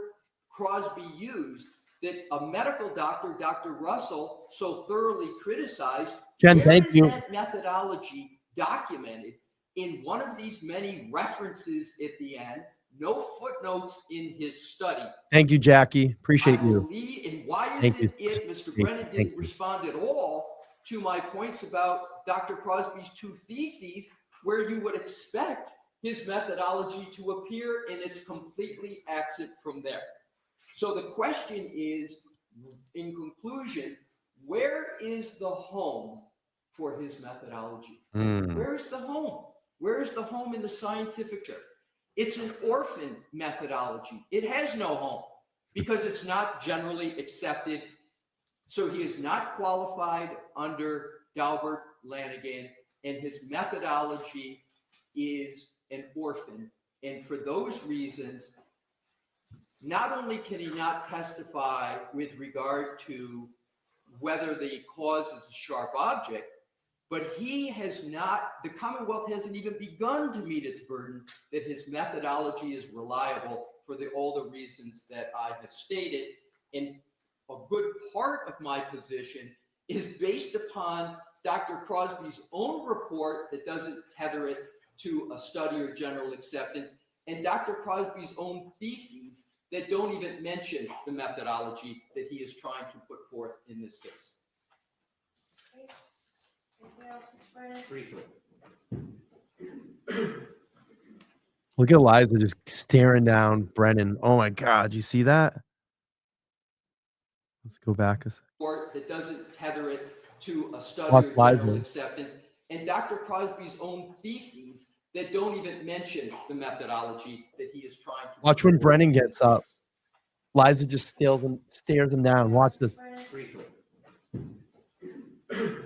Oh man, daggers for him, huh? Woo! Hot On in the page courtroom. 6 and 7, Dr. Crosby offers court cases in which he has testified and provided expert opinion. I will give you specific cases where he's been qualified in state and federal court. Hot in that courtroom. Liza just Mr. Lisi harps on the daggers. idea of methodology. If we remember Dr. Russell's testimony, it wasn't until later in her testimony that she introduced this idea of pattern recognition analysis. And we hear very little about the details. What we knew or learned from Dr. Russell is that she couldn't identify any of the wounds, none of them independently, just collectively. In fact, I think she opined that she was the only expert in the country that really could perfect the art of pattern recognition analysis. Attorney Lisi's arguments are the fact that he doesn't like the way Dr. Crosby wrote his report. But what I can say for Dr. Crosby is at least he wrote his own report. And when you look at Dr. Russell's affidavit in support, there's something, to be intellectually honest about it, striking. Kind of like her original report, where it was clear to me that... You know what's striking? The fact that we've gone through one trial already. We're now getting ready. We're weeks away from starting a second trial, maybe. Because I think today in this hearing, the defense asked for maybe to move the date. I think I heard that. But the scary thing about it and what's shocking about all of this is that we've completed a first case. We're 4 weeks away from April 1st for this trial that's going to happen. Because Bev said she got to get it going. We have a trial. We need to go. But still to this day, and I made this point earlier on the show, still to this day, this defense is still receiving discovery. And we heard that in the Ted Daniel interview, and I heard it from Karen herself when I was out the other night. I heard it from Karen herself. Scary. And she said, and I think they held all this shit back, and now let's throw it at them, knowing that they're 4 weeks from trial, and here, try to discern and go through all of this and figure it out. That's not plausible with data and numbers and dates and times and whatever it may be. That's a lot to sort through. And even Karen was saying, and in that Ted Daniel interview, we'll get a piece of discovery, we'll go through it, and then you've already gone through that, but then you have to go all the way back to the beginning of the stuff that we've got right first from the rip. And did I miss anything? Did we miss a date? Did we miss a time? Did we look at this angle before? It's to joggle this defense. It's to throw them off their game. They know what they're doing. I even hate to say this because the guy is so stupid. We'll use it in this context. Brennan and I don't like to say chess because the guy's an idiot. Okay. Brennan doesn't have the chessboard, but he's got some checkers inside the checker box, and he's rattling around. If you get what I'm feeling, if you get what I'm putting down here, he's just got hey, let's play checkers, and he's just shaking inside that box and let those checkers roll around. But that's what's going on here. That's what's going on. Wasn't fully written by Dr. Russell. You look at that affidavit, it is not consistent with the testimony or the mannerism or the way that expert speaks. And so a lawyer can craft an affidavit and help craft a report so it meets their idiosyncrasies, but that is not the problem. It's getting a pass. The late discovery evidence is still for Bev to decipher when they're presented during trial. Remove the theatrics of Hank. Let Bev say not guilty. But this is the thing. Remember, what did Bev say? And this is how they're fucking getting away with all this new discovery shit. What did she say? I'm gonna let the chat say it. What did she say when this started? And let's see if someone can figure out where I'm getting at. What did she say when the second trial? Oh, I slipped a little bit. The second trial started, when we started going through these hearings. What did she say? If someone can put it in the chat for me. Let's wait. Let's see if someone can figure it out where I'm getting at this.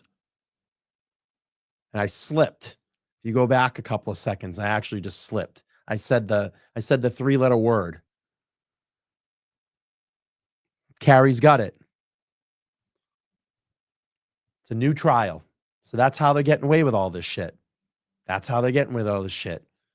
Yep, exactly. New trial. New trial. Such a miscarriage of justice. Unbelievable. We're not even through hearings and Karen's not getting a fair trial. Not the arbiter if somebody's qualified. Dr. Crosby is qualified. He has experience. He's testified and been accepted by courts before. Thank you. Okay. So before we move on to the next motion, the next motion was, it was filed after the other motion. Excuse me. We finished here. It was filed on February 21st, I believe.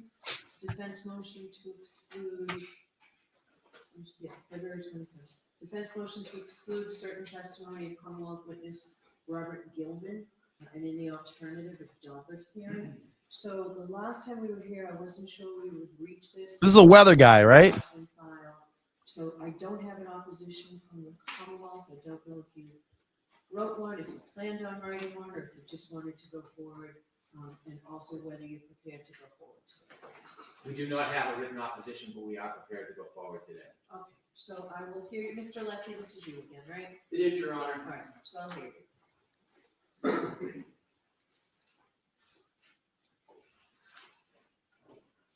And this is paper 515.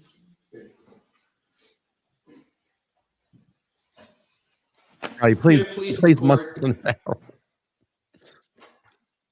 Mr. Gilman, a meteorologist. Yeah, here we go. Is attempting to opine on the hardness of soil conditions at 34 Fairview.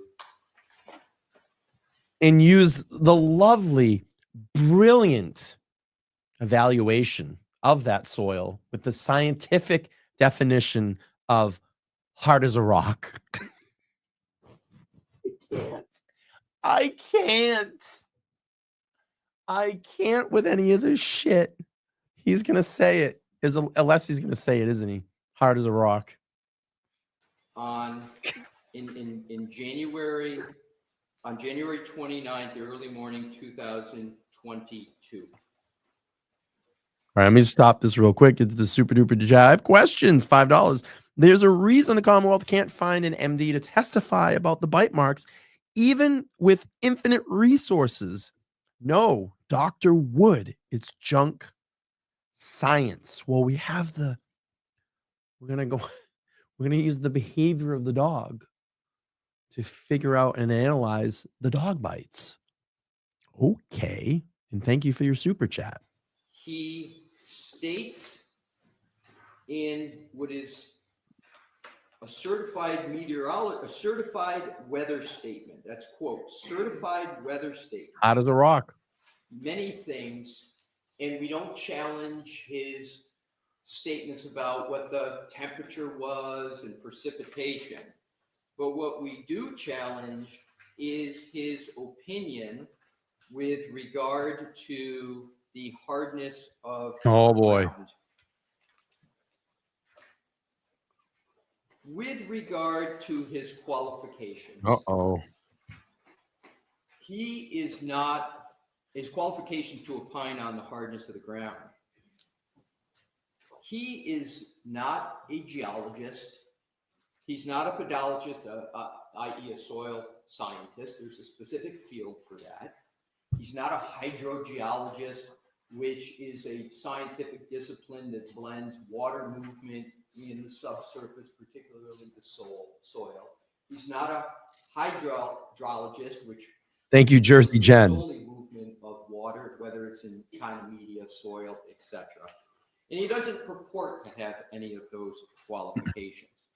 He doesn't even state that he took courses in college that would have even educated him on soil hardness and the effect of precipitation with regard to the hardness of the ground. Oh, boy. But perhaps the most telling statement that he makes is he puts his opinion in quotes.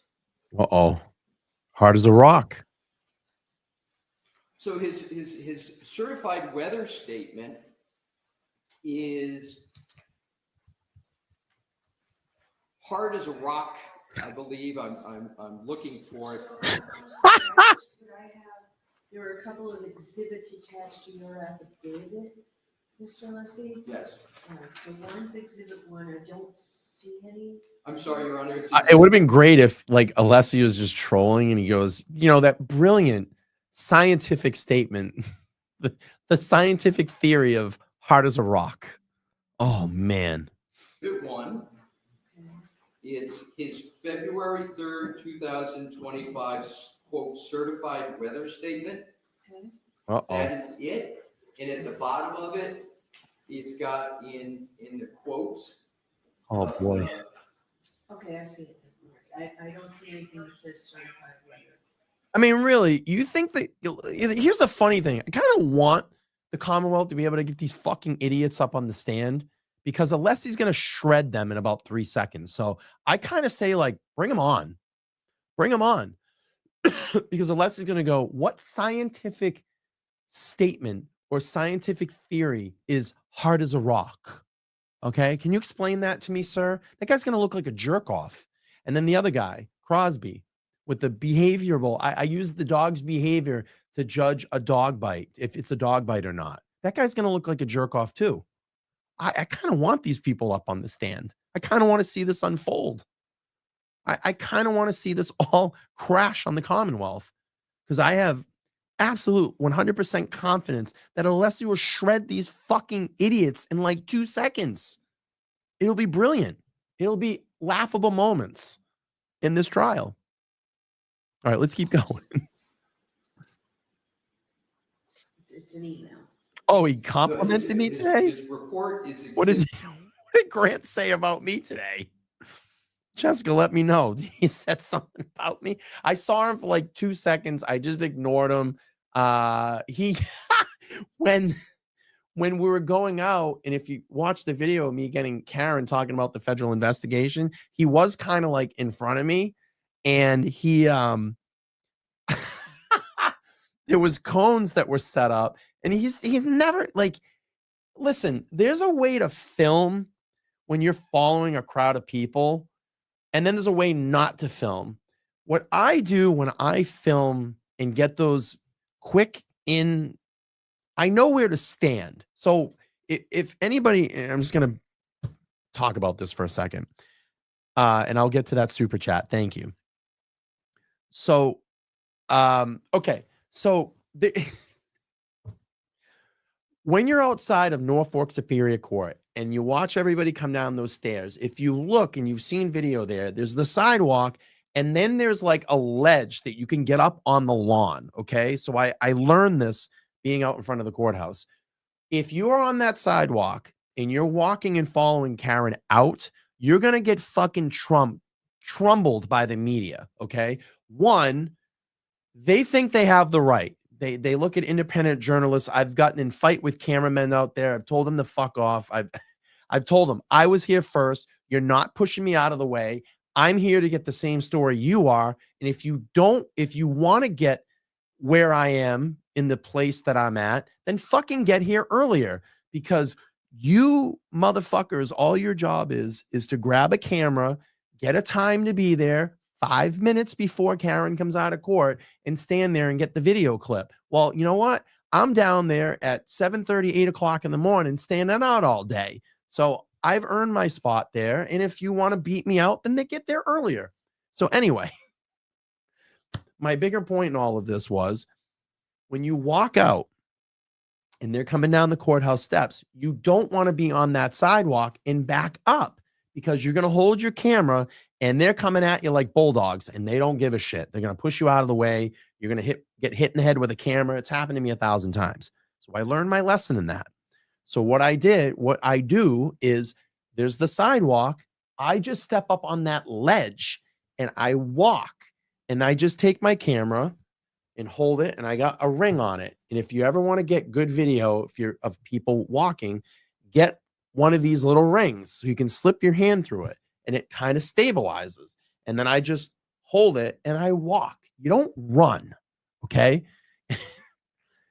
When I always notice Grant does, and it happens all the time, he's trying to get ahead of the crowd. He'll be up on that ledge, but he starts running, and he's not using his peripheral vision. So I'm kind of keeping like when I walk with the crowd, I look at my phone to make sure everything is in frame, and I'm following it. And then I'll judge if someone's talking, I'll get closer, but you do it in respect. So I'll just kind of reach in so you can hear it better, because I don't have an external microphone to this camera. But he starts running today, and there's this huge cone, and he doesn't see it. There's a camera guy that's in front of him. The camera guy's got a cable running from his camera. That cable wraps around the cone. Grant starts falling over. The camera guy is falling over. And listen, Grant was nice. He grabbed the guy's cable and pulled it out. But it's like, you can't run. You got to pay attention. You can't have your back. You got to kind of walk sideways and keep an eye. But he always has his back. And he always ends up like falling or tripping or whatever it is. But I guess that's my story. You know, if you're going to go down there and get video and they come out, get up on that ledge and use your camera that way and just follow along. Don't try to get in front of anybody, because you're going to just get run over. And these people don't care with the cameras. They'll run you right over. And I totally missed probably everybody talking about what, yes, like a rock. Yeah, it's Bob Seeger. Yeah. Let me get back to the super chat up here. I saw that. Jersey Jen, thank you. She said, shout out to LTL Media. Great work. Thank you so much. I appreciate it. And I appreciate you hanging out here. All right, let's go back to the hearing. We still got a little ways to go. And we'll keep playing through here. So make sure to like, share, and subscribe. Smash the like button. I appreciate it. Let's try to get this. Let's get this channel to 40,000 subscribers. We just cusped 38,000. Oh God, I wish it was 88,000. We just cusped 38,000 the other day. So thank you so much for all the new members that have come in. But let's get this channel to 40. It'd be really great. All right, let's keep. Well, it does state certified, and I'm quoting certified weather. Well worth the story. Is it NDA 02802 and 803? It is exactly that. Okay. Yes. So Your Honor, he puts his opinion in quotes, which to me is an indication he's speaking in lay terms. I've never seen an expert put an opinion in quotes. And he does not tether that opinion to any methodology. As a matter of fact, Your Honor, You're back. and that's the entire basis for what the Commonwealth is proffering is support that one, he's qualified, and two, that his methodology is reliable, but he doesn't even state what his methodology is that he used to come to that opinion. I've never seen a proffered expert not even state what the methodology is. He doesn't say how he came to that conclusion.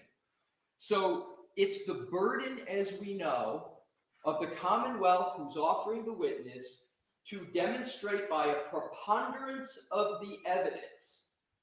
They don't even have evidence, let alone a preponderance of the evidence. They don't state a methodology, and they put the key opinion, the only opinion, in quotes.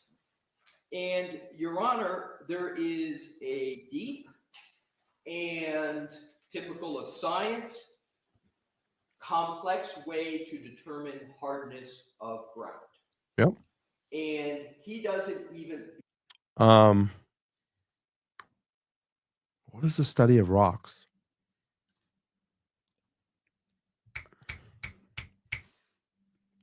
And I'm thinking back to the Shawshank Redemption because they talk about it when Andy Dufresne is inside the prison and he starts talking to Red for the first time. He said, I want to get a chessboard together. And Red says, oh, and he goes, well, I'm your guy. You can talk to me. He said, well, we might do a deal on a board, but I'm going to carve all the pieces myself. But he said, the rocks around here are slim pickings. He said, I need to get a rock hammer. And he says, well, what did he say? Yes, geology. Thank you. But I'm kind of geologist. Thank you. And he said, it's a study of hardness of rocks. And he had figured out, because later on in the movie, we find out when it goes back when he's trying to carve he's trying to carve his name into the wall, and the rock falls, the piece of cinder block or whatever, or the wall falls apart. And he figured out, I can dig out of this fucking thing, and I'm going to use this little hammer, because I think he was chiseling it with a file. That's right. And he knew if he had like a pick that was big enough that he couldn't hide, he would have got caught. So what he did was, remember, he took the Bible and he carved it out, and it fit the hammer inside there. And I remember the warden, when they tossed his cell, he had the Bible and they didn't open it, but he handed it back to him and he said, salvation is with, what's the quote? Salvation is inside, or salvation. I forget the direct quote. And he said, yes, sir, it is, knowing that the rock hammer is in there and he's going to get his way out. That's such a great movie. It's probably like probably in my top 5 movies of all time, maybe my top 3. But if you haven't seen Shawshank Redemption, it's about a prison break. You need to see it. It's Morgan Freeman and who plays Andy Dufresne in that? Tim Robbins. Great movie. Red says geology, rocks, and pressure and time. Yes. And I used to hang. Yes, he took the poster of what the hell was her name? Rita Hayworth. He put the poster of Rita Hayworth up, and he said, and that's what Andy had, pressure and time. Oh God, I gotta go. Now I want to watch that movie. Oh, here's my movie. That's my Mazza Media movie reference tonight. All right, let's keep playing. We got a while to go. That whole science. And sorry, I'm stopping this again. Not fun fact, but the tree at the end of the movie, it is actually up in Maine, and the tree got struck by lightning like a couple of years ago, and they tried to like save the tree, and the tree didn't make it, from what I understand, and it died. And that's kind of a sad story, because that tree was very iconic in that movie. Because remember the oak, the tall oak along the lava rock wall, and that's where he said I made love to my wife and my now future wife, and I proposed to her there. And he left the money in the note. God, I want to go watch that movie again. So good. Your Honor may recall in previous Delbert Lanigan hearings I cited to the Goodman case, the Pasteur case, and the courts in Massachusetts has said, in addition to going through making sure you've got a methodology, the court can also use it's the words of the court's common sense. So in addition to all the defects that I just covered, has anybody ever, all of us, Real quick, because now I'm stuck on this tree. Yeah, let me pull this article up really quick, and then we'll get back to the hearing. I apologize. But yeah, storm battered Shawshank Redemption tree oak gets a new life. Oh, wait, no, it looks like they might have saved it. I thought it died, but here's a picture of the tree here. Let's see what it says. The oak was featured in a pivotal scene. It's under a tree, under the tree of the Freeman character. Let's see. According to the Mansfield New Journal, Dan Deeds, the owner of the North Central. Oh, it's in Ohio. Okay, so I don't fuck that up. But I think the movie takes place in Maine, and I could be wrong on that. It's been a long time. Said the tree was chopped up and carted off last week, so the land can be farmed. Yep. However, the portion of the tree did repurpose and made into a table and a bench that will live on, Deeds said. So it didn't make it. Unfortunately, the tree didn't make it. I was right. Yep. That's sad. It's a key tree. Key tree in that movie. All right, let's go. Sorry, guys. A meteorologist in many different fora, most prominently on TV, talk. And what do they talk about? Yeah, they talk about the weather, the forecast of the weather. What is the weather? That's the quote. We all know that is the quote. Salvation is found within. She got it. Thank you, Advocate. That is the quote. Yes, salvation is found within. And he's like, yeah, you're right, because the hammer's in there, and the hammer's going to get me out of that wall. And I also love the whole shoes at the end when he's like, take these, shine my shoes, and he puts the business shoes on and puts the shitty shoes inside the box, and the warden opens it, and it's Dufresne's shitty shoes. And he walks in the bank with brand new shoes and gets his money, and it's so good. Great movie. I've never heard Love that. a meteorologist say, today is going Yes. to be 22 degrees below freezing, there's going to be precipitation, and the ground is going to be hard as a rock. Yep. I never heard it, because that's not what meteorologists do. So I believe in terms of common sense, in addition to I think they started with Rita Hayworth, and then it was Raquel Welch later on, because he said, can you get me someone? He said, who? He goes, I need Rita Hayworth. And he goes, what are you doing? A fucking sneaker under the, he said some joke, and he goes, don't worry, I'll work on it. And he got the poster. And then later on, it was Raquel Welch. Yep. other arguments. I think love common that. sense just tells one that this is not the kin of meteorologists. And interestingly, the Commonwealth doesn't cite and document one instance where Mr. Gilman has previously opined on the hardness of the ground. Not one. So in conclusion, Your Honor, he's not qualified in this area. He doesn't even state a methodology to come to the opinion, let alone show that if he had a methodology, it's reliable. He puts the opinion in quotes. I think the only reasonable conclusion from that is he's using layman like an idiom, a term that people just use. His head's as hard as a rock, whatever. But that's not science. And in order to give an opinion to the jury. Oh man, I'm like so stuck on Shawshank. I'm so sorry for pausing again. But here's a wild theory is look up the alternate theory ending to Shawshank. It's wild. And it's kind of sad because the alternate theory is this, that Andy actually does get out of prison, and when he goes to the hotel room and he sees Brooks was here, that apparently the alternate ending in theory is that Andy actually unalives himself. And at the end, when you see Andy walking down the beach, Morgan Freeman's character. Oh, I'm so sorry about that. That when Red gets out, Red goes to the hotel that Brooks was at. He sees Brooks, and he actually ends up unaliving himself. And then inside as he's passing away, when you see Red walking down the beach and seeing Andy standing on the boat, that's actually his final moments that he's alive.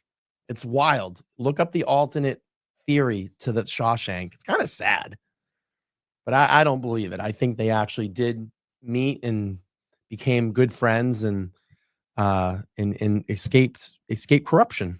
The whole purpose of general acceptance, the whole purpose of Daubert is it has to be based in science, and it has to be the methodology. There's none stated, and for that reason, and the others I've mentioned, Your Honor, Mr. Gilman, the meteorologist, should never reach a jury to talk about hardness of the ground. Mr. Brennan, the first question, do you intend to call this witness in your case in chief or for rebuttal? I do. Case in chief. All right, I'll hear you. Thank you.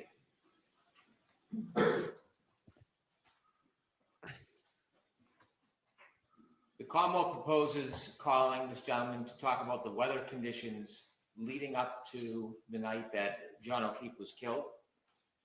Talk about the temperatures, the wind conditions, also the snowfall. It seems that the only complaint the defense has is the ultimate opinion that the ground at Fairview was hard as a rock. I think that that concern is easily remedied. I do not need to ask this expert if the ground at Fairview was hard as a rock. I can ask him about the documented I love this. temperatures, the winds, the snowfall, what makes the definition of a blizzard, how many hours have to elapse in certain conditions to be a blizzard. Also, he can measure the snowfall as it accumulated that night into the early morning hours because there's statistical evidence about it. And I would like him to talk about how ground freezes. Without giving an opinion that this ground was hard as a rock, he should be able to testify that over a period of time. You know, I love this shit because these fucking experts will say something like this hard as a rock thing. You know, the defense is going to jump all over that. And then Brennan just kind of slippery snakes it in and says, well, you know, listen, he kind of said it, but let's just ignore that. And we're going to have him come up and testify anyway. That's what this slimy little guy does. The frost below freezes the ground. I don't need or would not ask Mr. Gilman to talk about the ground hard as a rock. We have a handful of first responders who will give lay opinions with common sense that the ground was hard as a rock, and state police who excavated can testify to that very thing. So Mr. Gilman does not need to offer that opinion. If that's the only thing offending the defense, I think we can resolve the issue. Okay. Would you say that, Mr. Lessing?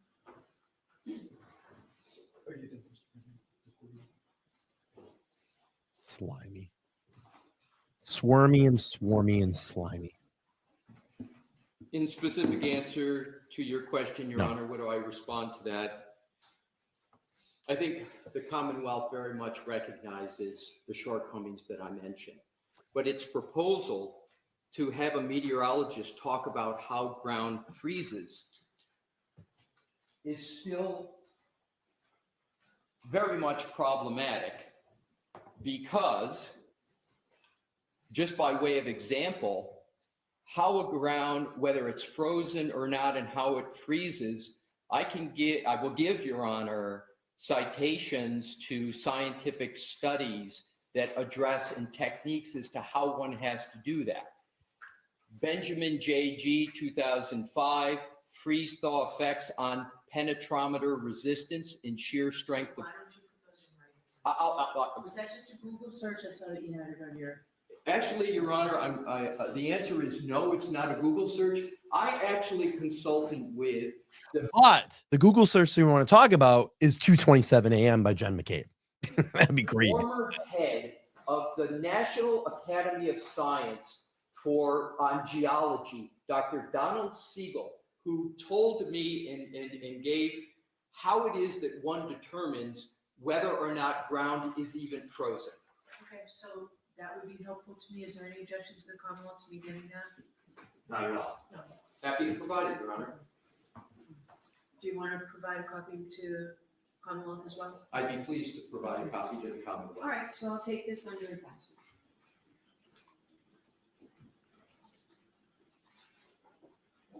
So how long do each of you need to get me what you said you would get me? The Commonwealth, the articles, and the qualifications, the cases and the qualifications of Dr. Crosby? I can have that to you today. Great, okay. And those articles, Mr. Leslie, that you were just citing, when can I get those? Do you want all the citations or the articles themselves? If you've got the articles, if you've got a copy, that'll save me from having to. LV Cops checking in. Good to see you here on this, oh gosh, Tuesday. You're 3 hours behind, so, well, it's afternoon for you. It's getting into the evening here, 7 o'clock.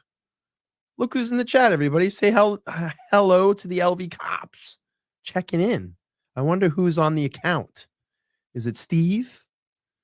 Is it Brian? Is it Gonzo? Who is it? Reveal yourself, sirs. But nice being here. Listen, I'm waiting to get if this is Steve, I'm waiting to get my schedule, and I'll get you some dates. And maybe we can coordinate a time because we're going to do a live together.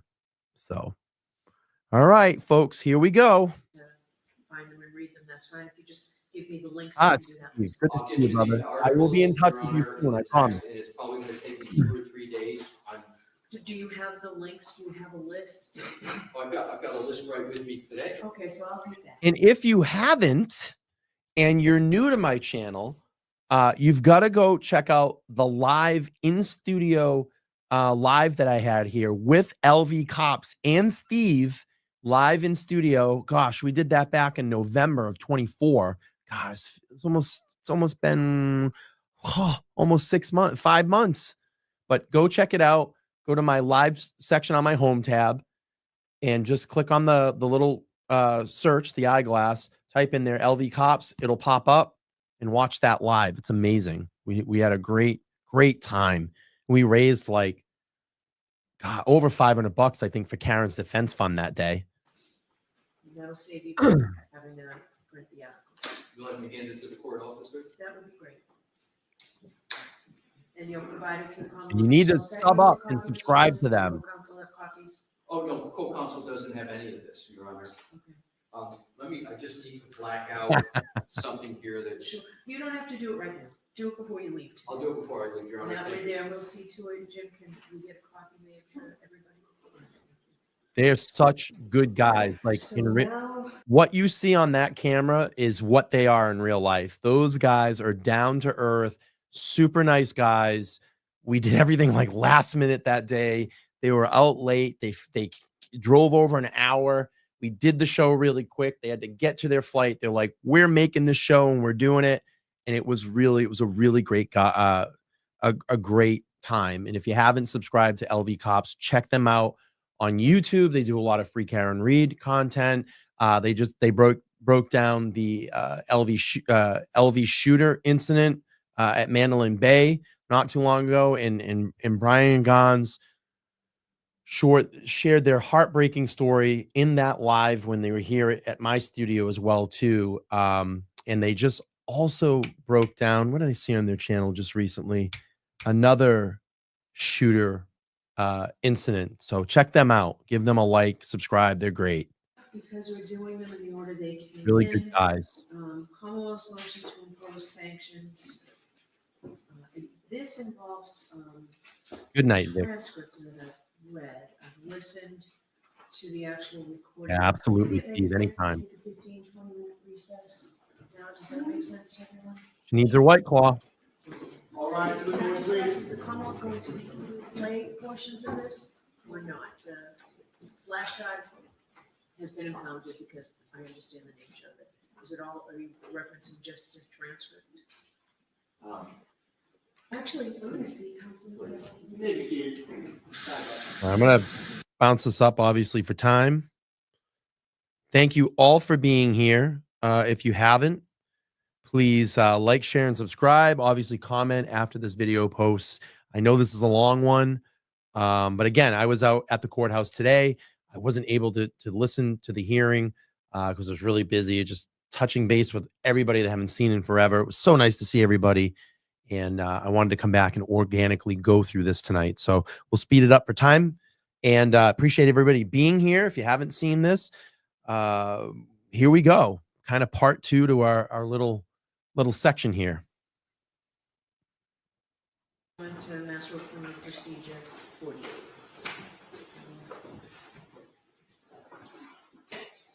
Mr. Leslie, do you need a minute?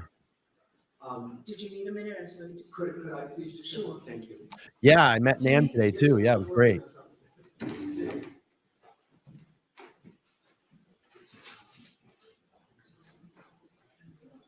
Why don't I take a 5 minutes? All right, please. Oh, another break?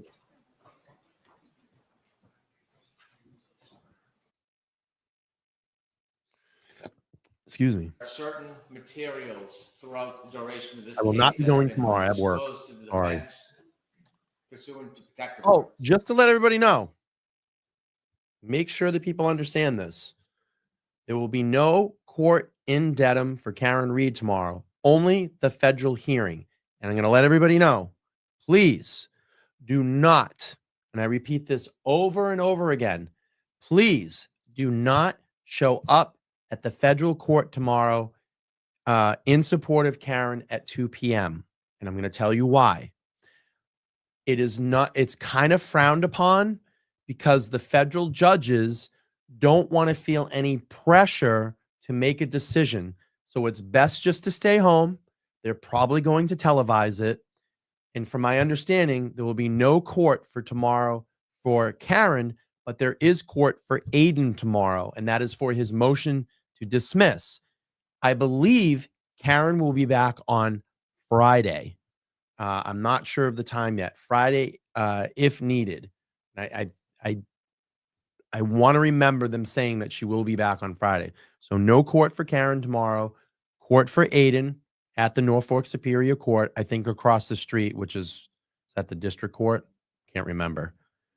And then 2 p.m. will be the federal hearing for Karen. Please do not show up to the federal court in support of Karen. It's not like we don't want you there, of course, but it puts a lot of pressure on the federal judges and it's not a good look. So just stay home for that one. Just stay home out for that one. Okay, let's keep playing here. Protective orders are sacred. If there was no need for protective order, there wouldn't be a need for court intervention to protect the material. When an attorney violates Mass Rule of Criminal Procedure 48, the court can impose sanctions. In this instance, that was the genesis for this motion, there was recently provided materials that the court ordered the defense not to disclose to the public. Those materials, which is some of very important materials. In the reciprocal discovery motion, the defense put the materials into the public domain despite the court's protective order. Now, it's important for the court to determine the nature of that violation because the ability of the court to sanction is broad and wide. There have been... All right. I'm just going to settle up the hearing right now. I'm going to get it right from the horse's mouth. So let's just do this. Other violations, but at this point, a month before trial, given the history of this case, it is important to make sure that these type of violations don't happen again. What stands out to me in the reciprocal discovery motion that the defense used as a vehicle to disseminate this information to the public is that they create an argument suggesting why it is important to include this information. In the memorandum, page 9, what they suggest to the court is because the trooper did not want to watch the closing, it implied that he had been following the entire trial. All right. There's absolutely no... Give me about 2 to 5 minutes and I should get everything cleared up for court dates. All right. dates and times. So we're going to wait here a second. I'm going to let this text message sink in and see if we can get an answer. I will clear it all up for everybody in about 2 to 5 seconds. Reasonable interpretation whatsoever that because a witness, like any other witness, who was not bound by a sequestration order at the time of closing, didn't want to watch a closing, there is no good faith basis whatsoever that that witness watch other parts of trial. Let me send this out to someone else. It is an empty shell to make that suggestion, which then gives them the tunnel to put this information into the public. And when you look at the nature of the information, it's obvious why the defense wants this information to the public. It's part of the consistent public relations campaign they have sought. It is a month before trial, and rather than discuss the facts and litigate the facts in front of a jury, it is a deliberate, ongoing, strategic investment to reach the potential jury pool. And it doesn't matter if it's attacking the trial court, the state police, the prosecutor, the prosecutor's office, witnesses. It is saturating the public with sometimes. I'm getting confirmation right now from a direct source. You just give me a minute. We're going to clarify it all up. I will get the schedule for you. I'm just waiting for 1 or 2 people to answer me. So if I screwed the dates and times up, I apologize. I'm going closest to the horse's mouth that I can, if you know what I mean. So give me a second here. I just got to wait for an answer and I'll get it cleared up. It's late. People might be having dinner, but I'm sure I'll have an answer by the end of this live. So from what I understand, there was no court, but I, again, could be wrong. I will not be at the courthouse tomorrow, but I'm going to clarify all the dates and times, hopefully by the end of this stream. Again, it's late. People might be having a late dinner. Let's let the text messages sit that I just sent out and see what kind of answer we get. All right, let's keep playing here. Thank you. Parts of information that inevitably is going to make a juror's job much more harder. It is unfair to the court. It's unfair to the people of the Commonwealth. It's unfair to the Commonwealth. It's unfair to the prospective jurors. And so not only is there really not a logical or a reasonable basis to put this information in, but when we look at the nature of the information, it becomes clear. And so we turned over this information 3 times. We did turn it over as a text message, and notice of discovery 51, a protective order was issued, number docket 416. We produced it, notice of discovery 57. And again, there was a protective order. And then finally, notice of discovery 58 with a protective order. This is just some. So I wasn't able to watch the hearing today. That's why we're doing it. So there was a lot of conflicting information when we're all running back over to the courthouse to make sure we watch Karen walk out. And a lot of people are still confused about it. So I reached out to my closest sources in all of this, and hopefully we can get some dates and times and clarify all that for everybody, literally from probably one of the closest sources to it. So we'll get it cleared up. I apologize. Yes, federal court, do not go. Please do not go. Do not go. All right, let's play here. Of the materials, it is beyond dispute that the defense violated that protective order. So in considering sanctions, I ask Your Honor to consider the history of efforts by the defense in to try to gag order them, to disseminate information, or to make statements that should not reach a prospective juror before this jury trial starts in less than a month. Now, after they disseminated this information, it wasn't within 24 hours. It was within 24 hours. This was in the local news, the national news, newspapers, online, and it seems that was the very purpose it was spit out into the community. And so the Commonwealth's position is there needs to be a sanction to stop violations of protective orders and violations of the rules of trying to convince the public before trial about a certain side's position. We've had a history in this case that predated me, docket 111, docket 262, where there have been efforts by the Commonwealth to stop, prevent extrajudicial statements. And despite that, it has not happened. There's never been a sanction by the court imposing an obligation for the defense to stop. Rule 3.6 is clear.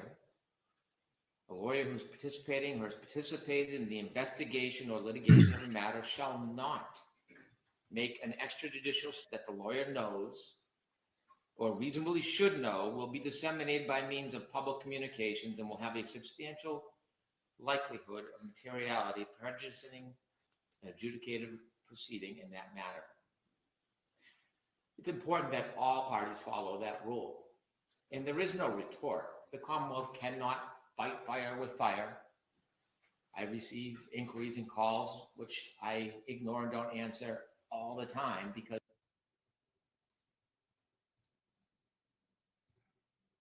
Ted Daniels' tweet today, Brennan asking for a gag order on all attorneys. So yeah, that's what he's doing here. He's asking for a gag order. All right, let's go back to the hearing.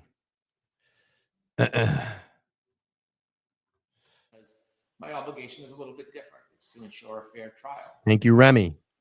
Nevertheless, when these type of violations occur, there really is nothing to undo the taint. The history of these violations date back early on in the case, and they continue to this day. Fox 25, defense is quoted, certainly the Massachusetts State Police is involved. There are people that were in that house that are involved. Brian Albert is involved. Jennifer McCabe is involved. The rest of the folks that were in that house, there's some level of involvement by every one of them. Specifically, 3.6 is particularly concerned about disparaging witnesses, about giving a one-side opinion that may not be based in fact and truth about a witness. It is specifically concerned about the credibility of witnesses. There's been an ongoing promotion to talk about ARCA and federal witnesses and what the opinions are, which aren't in line with reality, the reports, or the testimony. It is a campaign. In addition to this recent protective order violation that got attention that money couldn't buy for a party. Flip ahead checking in. Other information that was provided in our case, then provided in a collateral case, was again sent out to the public domain. The government has, the defense has not only trampled over 3.6, they've alluded continually about matters that have no basis in fact. January 18th, 2024, District Attorney Morrissey is well aware he's a target of a federal investigation. We're aware of today's hearing in Norfolk County Superior Court in the Karen Reed matter. In connection with this matter, at no time has the U.S. Attorney's Office named any person or entity. That was the response by the U.S. Attorney's Office after they implied. Where was that made? Where was the January 18th comment that you just said? Where was that made? That was made by Mr. Yannetti, and I have a clip of it. He also appeared on Court TV with Ms. Reed. The Commonwealth is moving for a protective order for these letters after revealing part of what they contain. The Commonwealth wants to keep the remainder of the letters hidden because the letters contain information that will embarrass District Attorney Morrissey and his office. The letters demonstrate that he's a target of a federal investigation for what his office has done to Karen Reed. This is... When was that Court TV again? I can get the date for Your Honor. Recently, on February 18th, when we were arguing discovery motions, Attorney Little stood up, invoked the boogeyman, a federal investigation, attached themselves to the Birchmore case, and then proceeded to list off a number of troopers' names with no real association or relevance to any discovery motion. And this was a tactic to besmirch these hardworking, dedicated public servants simply by attaching them to a federal investigation for which there is no boundaries. Well, within 24 hours of those arguments, the Norfolk County District Attorney's Office was contacted by the United States Attorney's Office.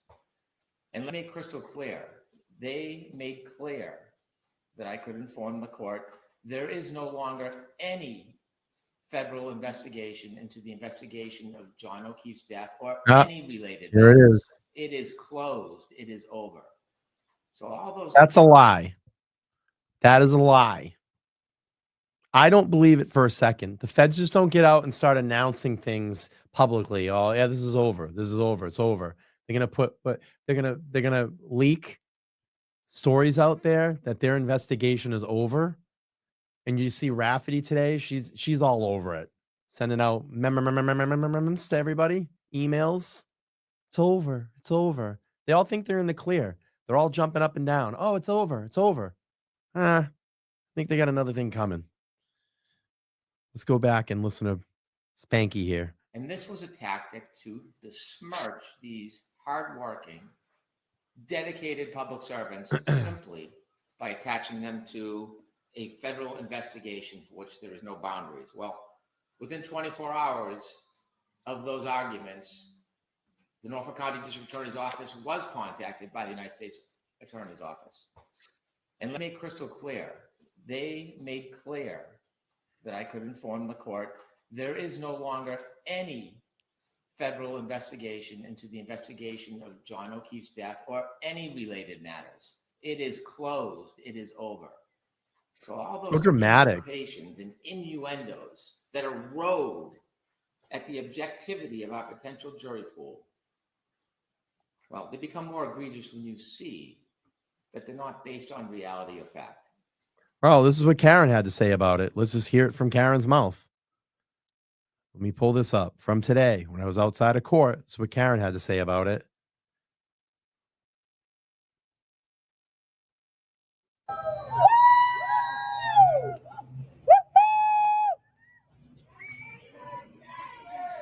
Excuse me.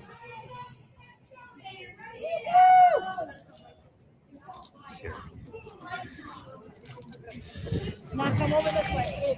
Keep walking this way.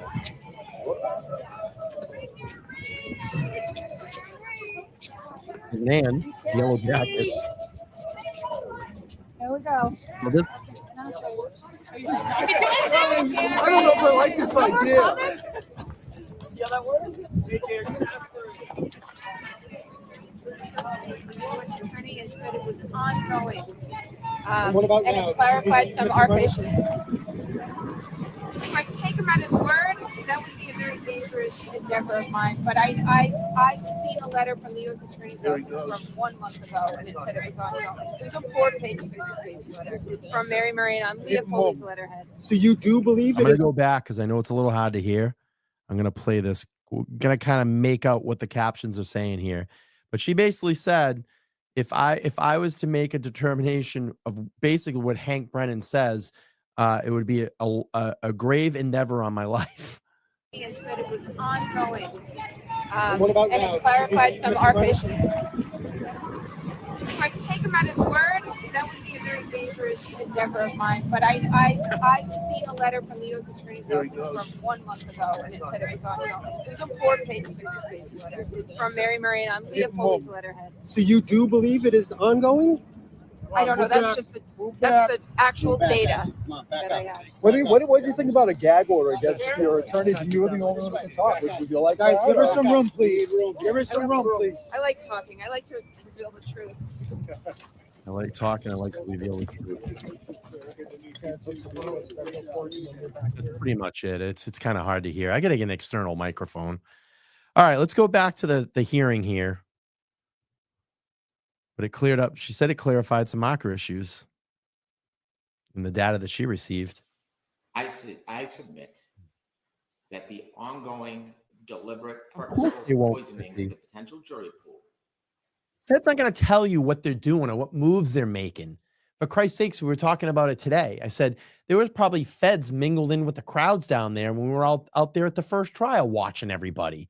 You don't think that there's not a federal guy walking around, they're acting like a news journalist or whatever the hell it is. I mean, we started picking them out down there. I'm like, those are undercover cops. It's probably the feds. They don't tell you what they're going to be doing.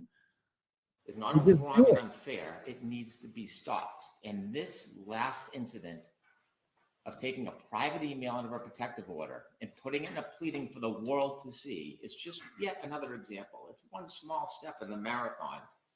Now, they've made their campaign clear why they're doing it and how they're going to do that. If there's any doubt whatsoever about the intentions of these tactics, I've submitted audio clips to you. Yeah, there was. I won't repeat what's in them. But that makes abundantly crystal clear why this is happening. And so, inevitably, the court has the ability to sanction. And as an aside, although an accused stands in a different or sits in a different position than the attorneys, grand jury minutes cannot be disseminated either. Not just the paper and substance. They can't be. Doesn't matter who you are. Oh, it's a great tweet right here. It's so ironic. I'm going to pull this tweet up. Excuse me. We're going to stop this. Again, it's my show. Let's see. Right here. Shit. Tell me I just lost that tweet. I did. Fuck. Give me 2 seconds. I want to find that tweet again. Give me two seconds. I love that tweet. And it makes a lot of sense. Let's see. There we go. I'm going to go to Larry's page here. Right here. I love this tweet. Until I see a letter signed and dated by either the U.S. Attorney's Office or the FBI that their investigation into the death of John O'Keefe has been concluded, I will assume it's ongoing. That release by the Canton PD's chief of police, Helena Rafferty, is a red herring, and there will later be explained away. Oh, no, we actually meant that this part of the investigation was done, but not that part of it. Oopsie, our bad. Typical government cop-outs incoming in 3, 2, 1. Love it. Love it, love it, love it. Love it, love it, love it. There you go. All right, let's keep playing through this here. Thank you for being here. Make sure to like, share, and subscribe. And so the Commonwealth asks the court to consider sanctions so that we can have a fair trial, so that it doesn't limit the parties. It's not retaliatory. We will abide by the same rules. What I suggest is that from now until trial, all pleadings submitted by the defense should be under seal. So Bullshit. the court and the Commonwealth can review them and make any objections if there's What are they afraid of? They're so afraid. Now they want to put everything under seal so the public can't see it, look at it, mull it over in our own time, have discussions about it. Do you see what they're trying to do here? This is not, they're absolutely conforming this to not get Karen a fair trial. They don't want a fair trial. Hank is trying to play every dirty little tactic here to get a advantage spanky if you want to talk tennis. That's what he's trying to do here. Yeah, I mean, they did the same thing in Koberger. The same thing in the Idaho 4 case. Every fucking document in that is pretty much under seal. Very unfair. And he goes, oh, well, the Commonwealth are going to abide by these rules too. Well, he knows that because the fucking Commonwealth's not saying anything. All right, let's keep any playing. material that's private, so that there's no oversight Jerk or off. mistakes or dissemination of protected material. And then if the court and the Commonwealth does not have any objections, then those materials can be provided publicly on the docket. Also, the Commonwealth suggests that the court impose a sanction that the defense must follow Rule 3.6 as the Commonwealth does. No more symposiums on the courthouse stairs. No more interviews with national media. No more statements to press privately behind the scenes over a coffee, putting out information, oftentimes inaccurate, to sell the story before the trial starts so that we can have a trial on fact. This guy's fucking There should voice. be a gag order on all of these attorneys, every single one of them. And the Commonwealth will not speak either. Ms. Reed, I'm not asking for a gag order for. What? And so in light of the Tough history of guy. these repeated violations, in light of the inability for the defense to restrain themselves, in light of their purposeful, intentional, and obvious efforts, in order to best try to maintain a fair jury in this case, is to impose those sanctions. And that's what I'm asking for. Thank you. No, not that the fact that the defense has been holding discovery back and they're just, I mean, the defense, the Commonwealth's been holding discovery back and, oh, well, we concluded trial one, but this is a new trial. So here's some more discovery for you guys to all go through and try to figure out data points and dates and times, whatever it may be. Here you go. Sort through it. Oh, by the way, we're going to trial in less than 4 weeks. Have fun. Digitally checking is ain't no sunshine in Norfolk County. Thank you so much for your $2 super duper chat. Appreciate that.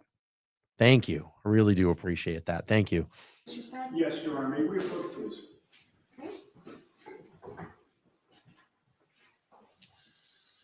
All right, we're going to speed up, obviously, the time.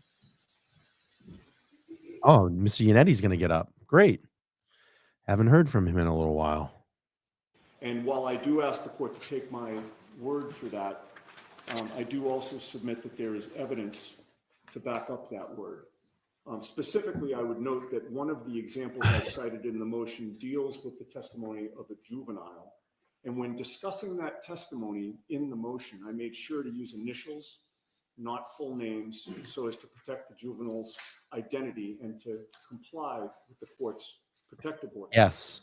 That's evidence that Defense did and not Commonwealth intend to violate the protective order, and that I was mindful of it in that instance.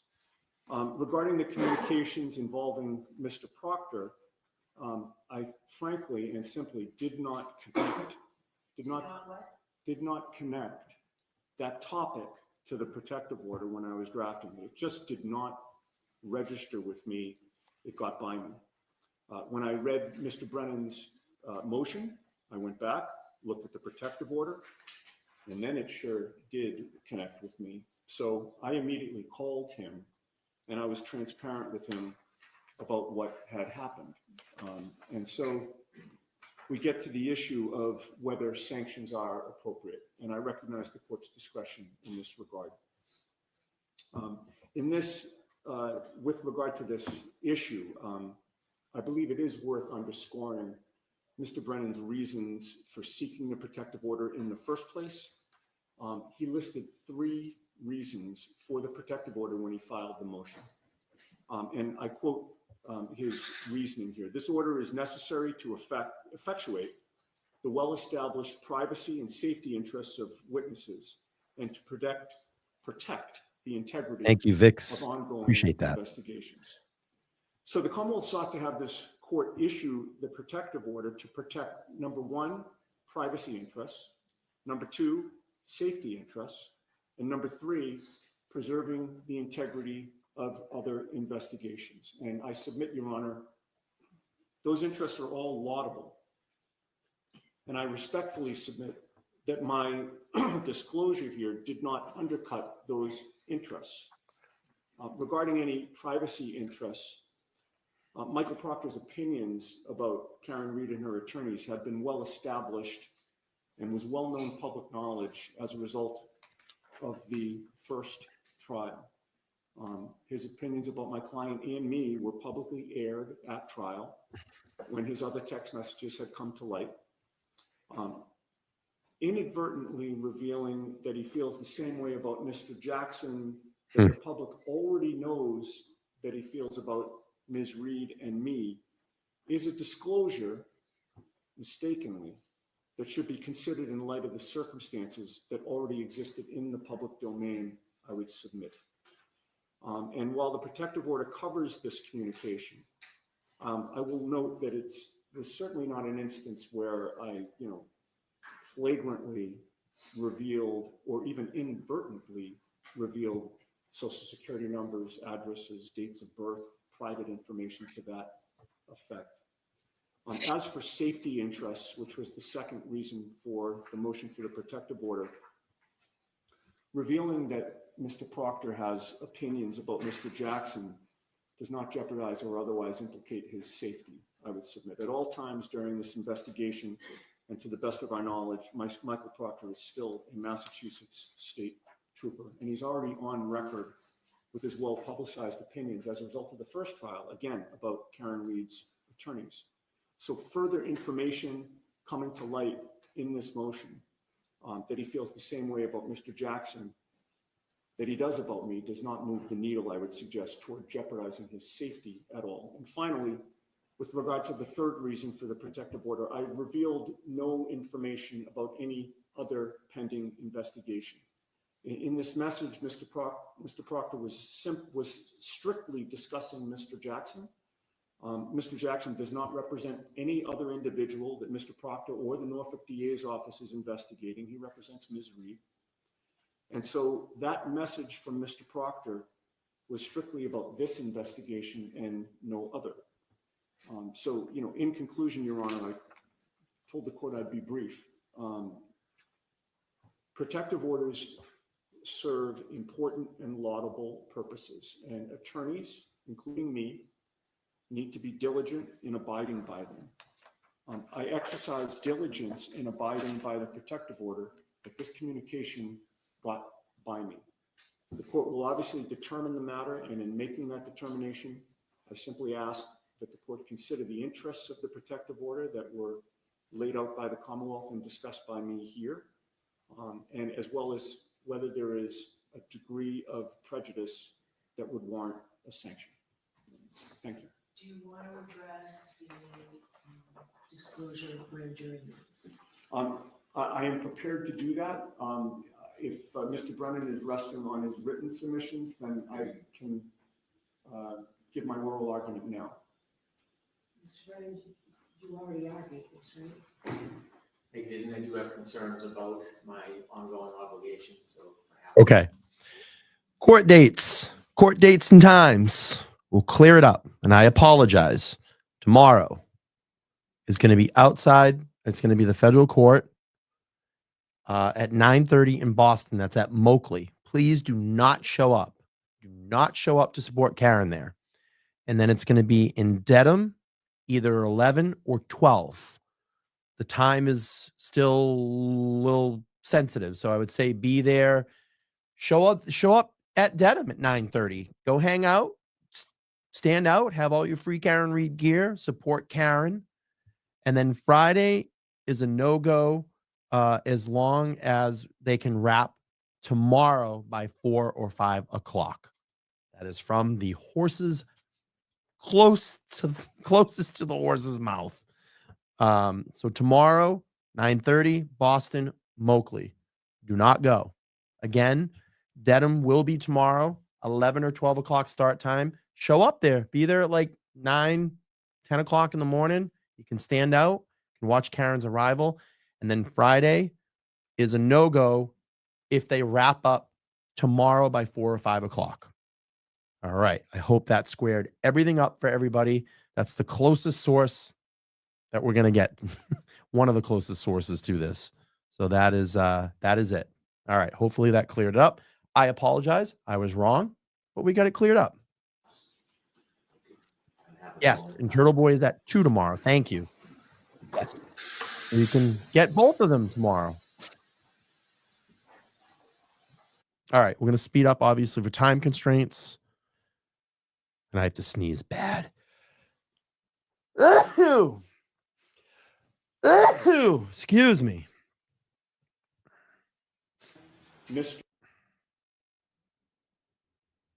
All right, court back in session. I'm going to finish up here in a little bit. Thank you, Ron. And thanks to the court for allowing me to make much of Thank my you. argument at sidebar.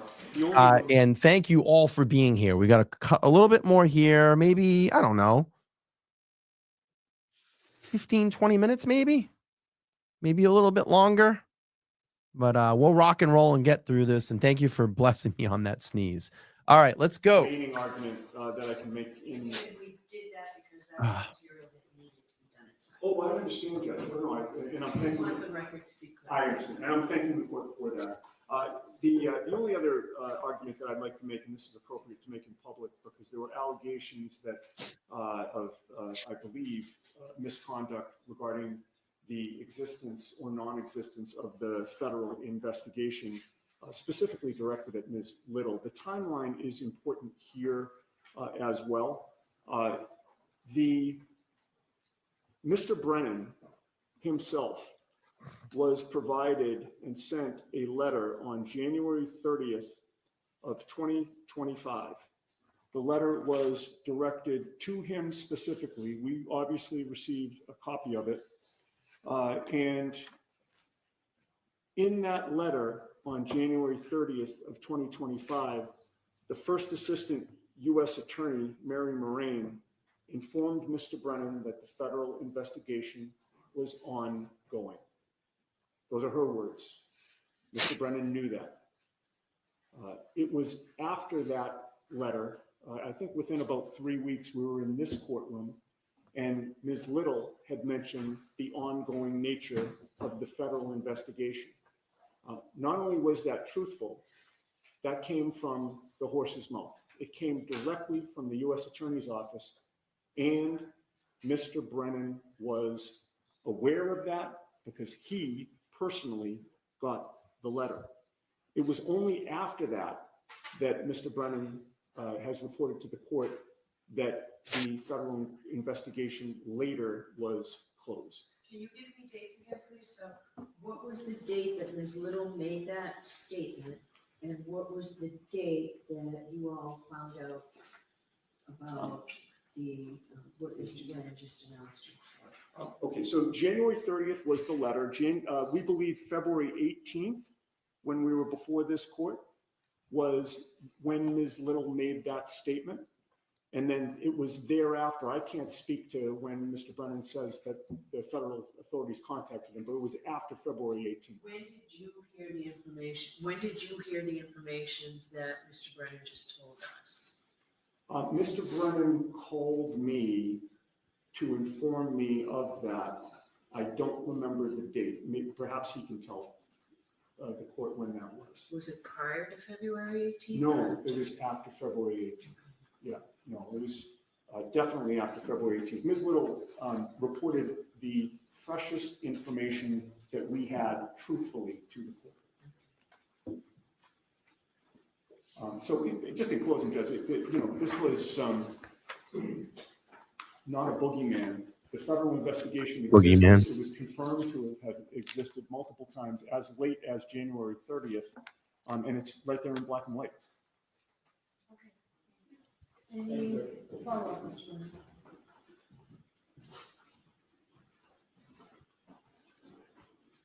Ms. Little made her argument on February 18th. The Norfolk County District Attorney's Office was contacted about 24 hours later on February 19th. I gave written notice and called Attorney Yannetti on February 26th. The import of the argument is not that the defense was aware it was closed and continued to persist. It is insinuating and suggesting for years of this amorphous impropriety.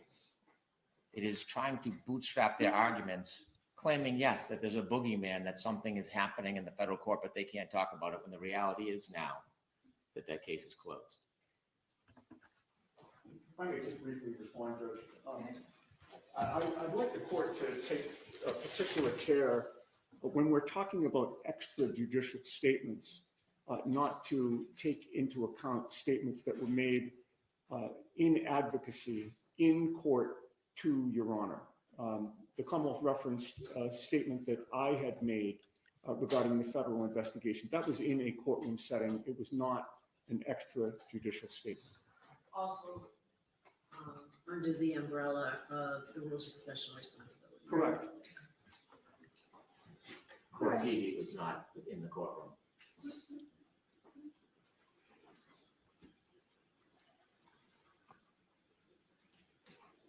Okay. Thank you. So what I'd like to do now, there are new motions that were really just filed. And what I'd like to do, I have one that has a response. So it's the motion to amend the scheduling order to give the defendant a little bit more time for their motion to dismiss and the Commonwealth's opposition. I would like to hear that now. I need to give them a minute. The parties have any problem hearing that motion now, or there's a No, Your Honor, I think it's very great. motion? All right, so I need 1 minute, Mr. Jackson. Of course. Jimmy, I have to put it away from the ones from this morning, the new ones. That were from Friday.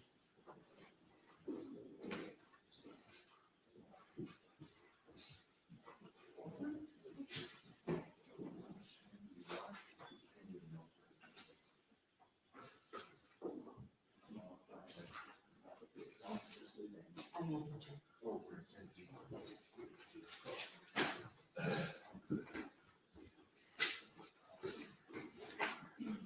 Alright, so you're both prepared to argue this motion, right? The motion and the opposition?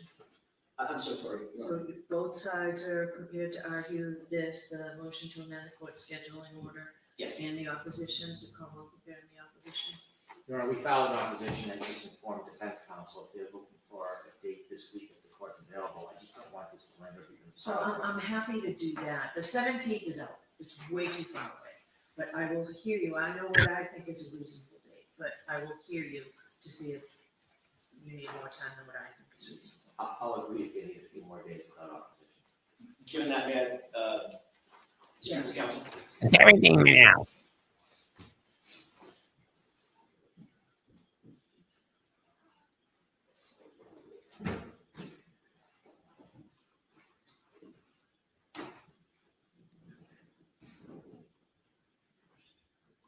May I address the court, Your Honor? Okay. Thank you. Very briefly, and I appreciate Mr. Brennan's accommodation.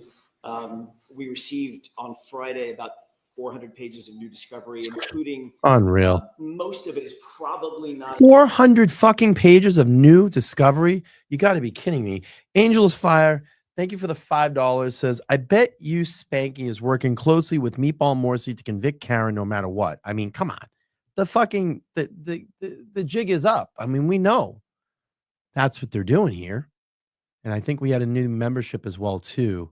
Let me go back up. I was drifting a little bit here. Lizzie, thank you so much for becoming a new YouTube member. If you want to be a member, you can go down there and click the join button. And it's just $1.99 a month. It helps keep the lights on here in this beautiful studio that I have. It's so fun. And we've been getting live guests in here. Lauren, my friend Lauren's going to be in here with me on Sunday. We're going to do a Sunday show together. We're going to have a lot of fun. And it's just been great to have this facility. And I'm in such a great building with great people. I have an amazing landlord. He's the nicest guy, and he's allowed me to come in here and kind of do my thing. And it's great. I love it. I love being here. All right, let's keep playing on here. Let's hear about the schedule. attendant to the motion to dismiss, but there are several reports, I think about 4 reports from Trooper Buchanan, Officer D. Jim Petro, D.I. capital G.I.A.M.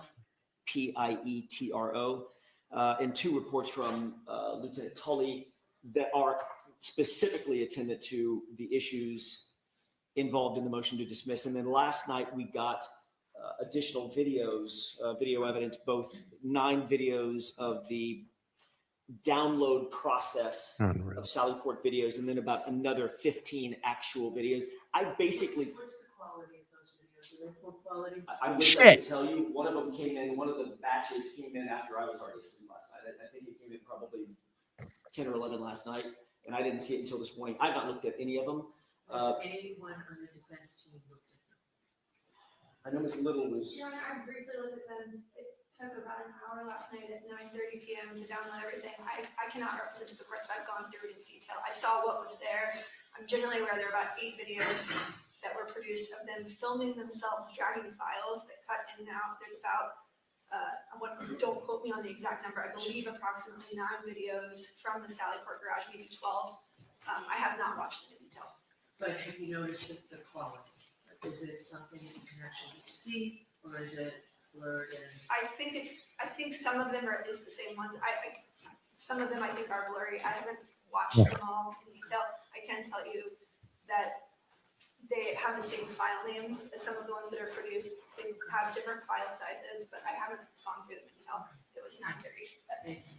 All right, go So- ahead, Mr. Johnson. Your Honor, just to close, I think that if I have overnight this evening, I think I can be ready by tomorrow. I'm generally ready. I just want to make sure I'm not missing anything, leaving anything on the So table. what I was thinking by way of scheduling, we've gone through just about everything we need to go through today. I just wanted to, because it's about scheduling, what's the Commonwealth's position on Ms. Little's, I assume it was Ms. Little's motion to filed by Ms. Little motion to reconsider my previous ruling on the videos? Do you want time to file something on that? Are you prepared to argue that today? Because I can tell you the options that I have for scheduling. We've already downloaded the videos and provided them to yesterday pursuant to the court's directive. Okay, so that was going to be another issue that I I had. have not looked at them, Attorney Lally did, and he represented that they're all the videos we've already turned over, same quality as we previously provided. They're just copies of the same videos, although they do want to make sure the defense has an opportunity to examine them for themselves.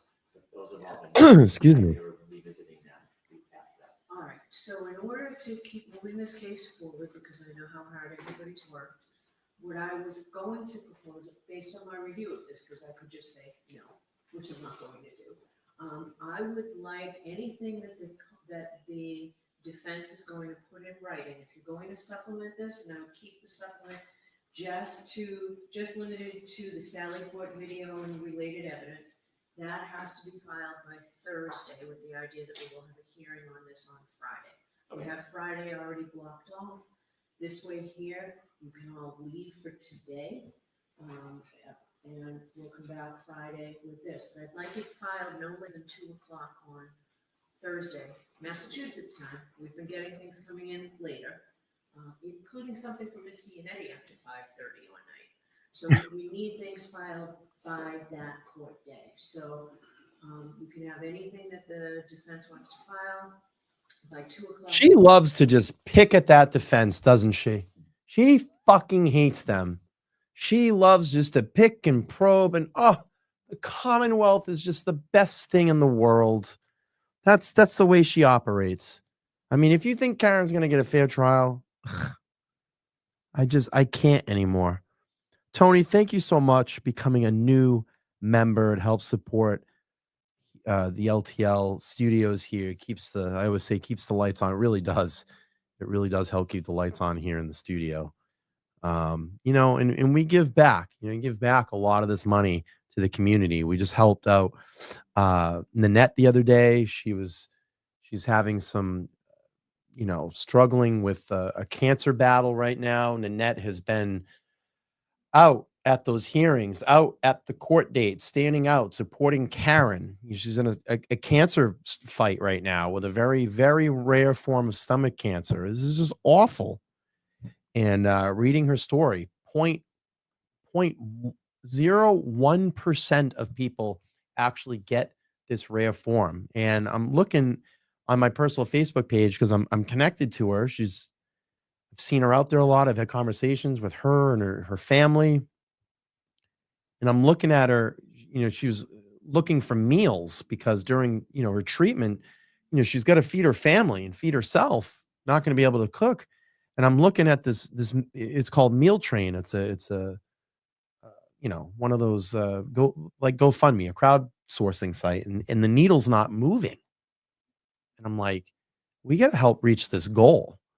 So I went on, did a live stream for a half an hour the other day, a half an hour.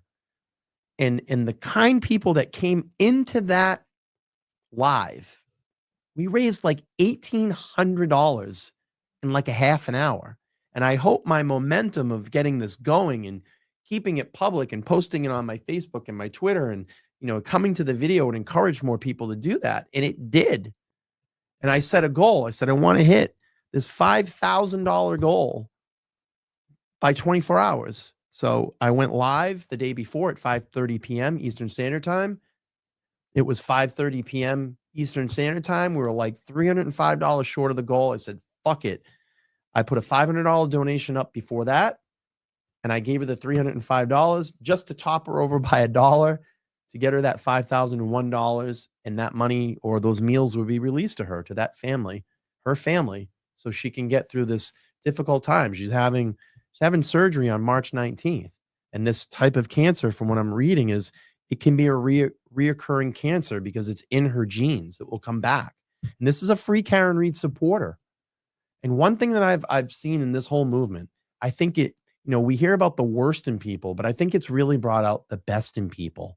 I've met so many great people through this entire movement that has supported, Karen through all of this, supported Aiden through all of this, supported all the creators on this platform, and supported yourselves.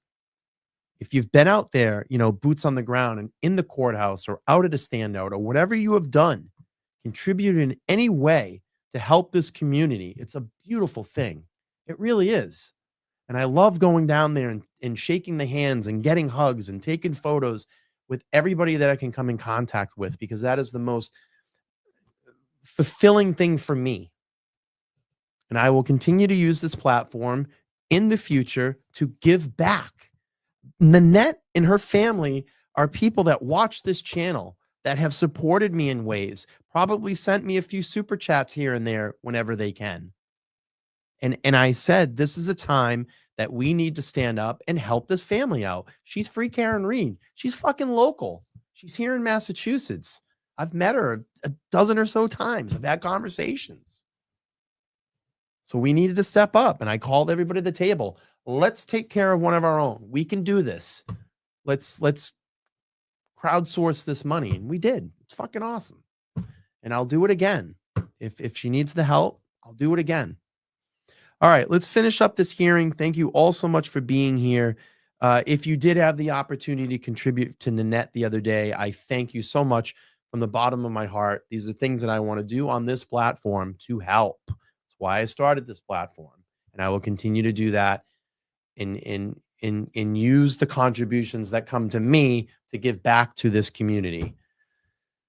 We will do that. All right, let's rock and roll and finish up the hearing here. I love all of you. Thank you so much for being here. Thursday, and we'll see you all here for it by on. How long do you think it'll take to argue the motion to dismiss? Your Honor, I would expect my comments, just based on what I have so far, an hour plus, perhaps an hour and 20 minutes, something like that. Okay. Carlos responds, any idea? Argument time, Laura? Yeah. It really depends on what the defense argues, but it typically is less. So if we start at 11, we'll finish Friday? Of course, yes, I believe we will, for sure. How does that schedule work? It works for the Commonwealth. Let me ask this little one quick question. While he's asking her that, that would mean that we do not have to appear tomorrow. Right, you're in federal court. I want you to be able to just go do that and not have to come back here. Jesus. Wow. And I'm trying to consolidate this now so you can leave it half a day today rather than coming back. I'm just trying to make the best use of everybody's time. Much appreciated. Your Honor, 11 o'clock would work. I think I can make my flight. By the time we get done, I can get to the appointment. That's fine. You want to take a red eye, Mr. Jackson? We're standing the motion for reconsideration. Sounds like the files have already been provided and it's done. Your Honor, we still would like to be heard as to that. Obviously, we gave notice that we were seeking the motion for reconsideration on Sunday night. They did the download Monday morning after they received that. There is still metadata, we believe, on the Canon PD drive. I think we're entitled to that. I think the law is clear. I would like to be heard on that issue. Obviously, we can't take back what they did. They have moved the files, and by doing that, it does alter the metadata, as our expert put in his affidavit. It may be lost, but we'd still like to have as much information as we can as it relates to those files. So how long does the Commonwealth need? I know this motion was just filed. How long does the Commonwealth need to be prepared for this motion regarding the metadata specifically? I think we'll file a written response. Okay. We're gonna be a couple of days. Okay. If we have motions on maybe Friday. Yes. So I think I'll make a motion in writing, but I think we will hope to have the weekend if the court allows, because with all of these hearings, it's taken away quite a bit of our prep time. All right. Can you argue it on Friday and file a supplemental afterward? I can do that. That way they can have everybody here Friday, and I don't need to bring everybody back Monday. We can do that. Your Honor, I would ask for the same courtesy for the defense. We have all of our reciprocal discovery due on Thursday. We have all of our motions in limine due on Friday. I know the court would like us to have, the brief as to the motion to dismiss on Thursday, and I would love to be able to get the court that. But I would appreciate a little bit additional time as well.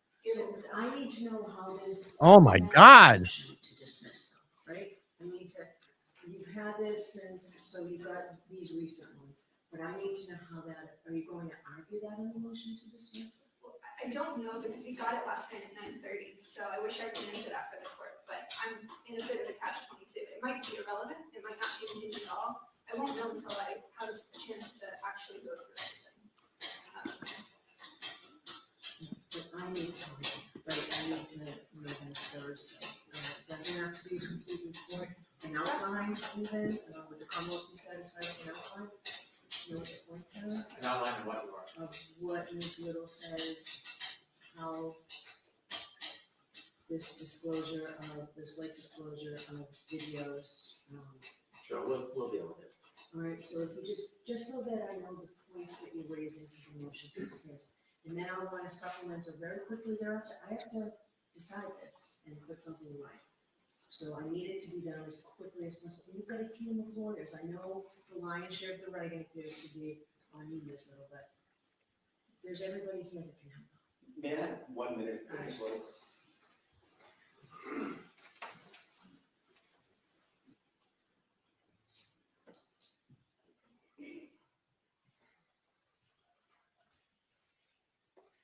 God, man, she's always like, Your Honor, given what Mr. Lee just said and the court's concerns, I take Mr. Lally at his word that the new videos are duplicative of things that we already have, which means it's not going to make any difference whatsoever. Could I ask the court if it's okay with Mr. Brennan, we can be here tomorrow afternoon, tomorrow late morning, right after the federal court proceedings. Let's just argue this tomorrow. I will concede this. What? The motion to dismiss. I think I'm pretty much ready now. I can be ready by tomorrow. I need to add a couple of things about the new reports, but if the videos are the videos, then I don't want to wait. I don't want to waste the court's time the rest of the week just to come back and say, okay, well, basically it's the same thing. It's the same argument that I made today or tomorrow. So I think we can do it tomorrow if that's okay with the court. Are you waiving the additional argument that Ms. Little says? Are you saying now that when Mr. Lally told you that, you accepted and that's fine? I accept his representation is true, and I don't think that we need to file a supplement, which is really where the hangup is. I don't think we need to. If the videos are the videos, we don't need another supplement. All right. Ms. Little doesn't look thrilled. That was kind of funny. Right. Her key was the waiver. I'm not waiving anything on Ms. Reed's behalf, but if we need additional time, excuse me. certainly let the court know tomorrow that we can file something supplemental.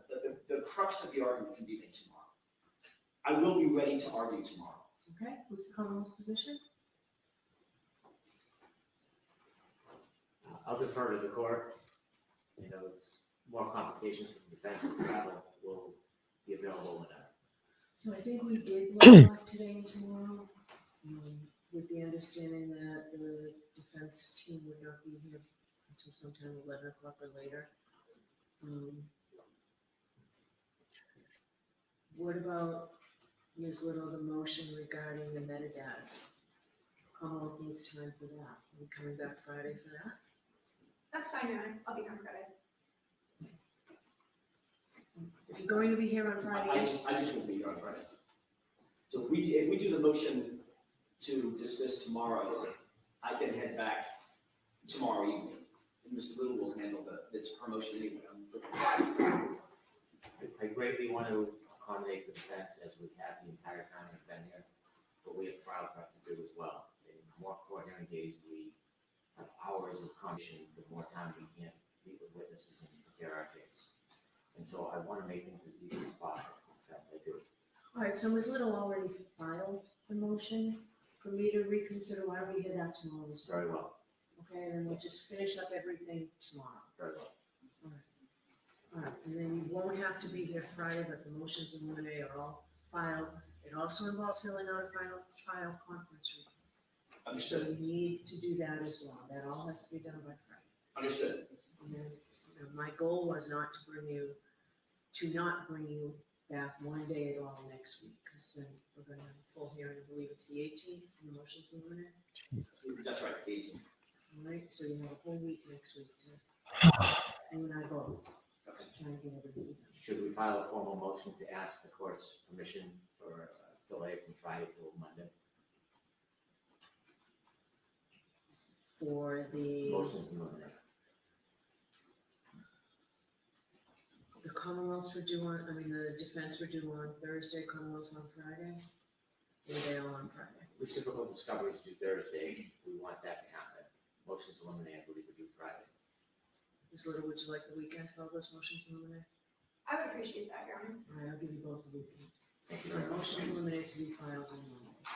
There's one additional housekeeping, Your Honor. There is also a motion pending, the dollar motion for Dr. Wolf. It has not been heard yet. A Daubert motion for? Dr. Wolf is a neurologist. So there's Oh, one I thought you additional. meant, I was thinking Yacker. No, Your Honor. It's the neurologist of the Commonwealth. Wolf without an E, WOLF. That was filed 2 weeks ago, I think. I have not seen that. Okay. I'll make sure that the court gets a copy, but I know that was filed several weeks ago. I'll confer with Mr. The Commonwealth must have received it. We did. We have a Wolf as well, and I received their landing in motion, and we'll be. I know, isn't it? Do you want to argue it tomorrow? It's crazy, right? I mean, it's almost, I don't want to say laughable. It's tragic. It's really tragic. I mean, what a time of fucking waste of time time and resources. I have no idea. All right, so we've got an awful lot to fit in tomorrow. Oh no. All right. If you get word that you'll be leaving the federal court and can be here before 11, please let us know. I believe I might have Mr. McDermott's cell. I'm happy to text him as soon as we're leaving the courthouse. All right, just contact the clerk's office. Sure. Okay. Anything else for today then? Not for the finish up. Thank you.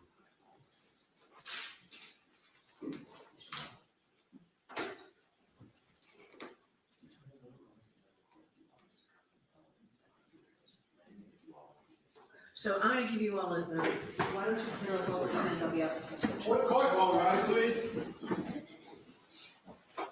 That's it.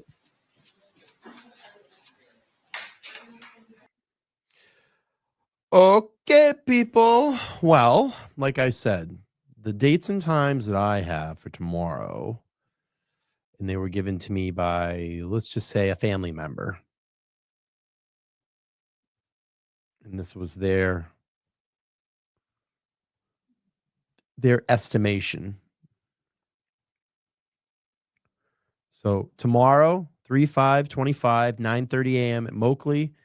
courthouse in Boston, Mass. Please stay home for that one. And the reason that you want to stay home is that the federal judges don't like to feel any pressure when they are making a decision. So if they see a lot of free Karen Reed stuff, it may put them under pressure. It's just not good etiquette.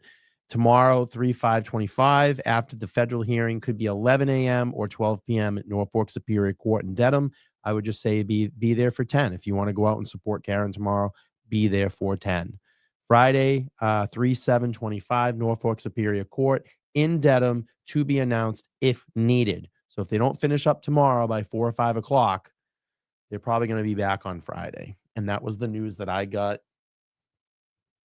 A close source, very close source. So, okay, everybody. It is very nice to see some of the old chat names coming back into the chat. Thank you for supporting me and coming back. I appreciate it. A lot of new members we had through this show, this 3-hour show. That's very nice as well. Thank you so much for the compliment. I appreciate that. And I love your screen name. The world is watching Auntie Bev. I love that. It is late. It's about 8 o'clock here on the East Coast. I've been sitting for 3 hours. I need to get up, attend to my personal life. I have work tomorrow. I was supposed to have the PI on with me tomorrow. We're going to schedule that for next week.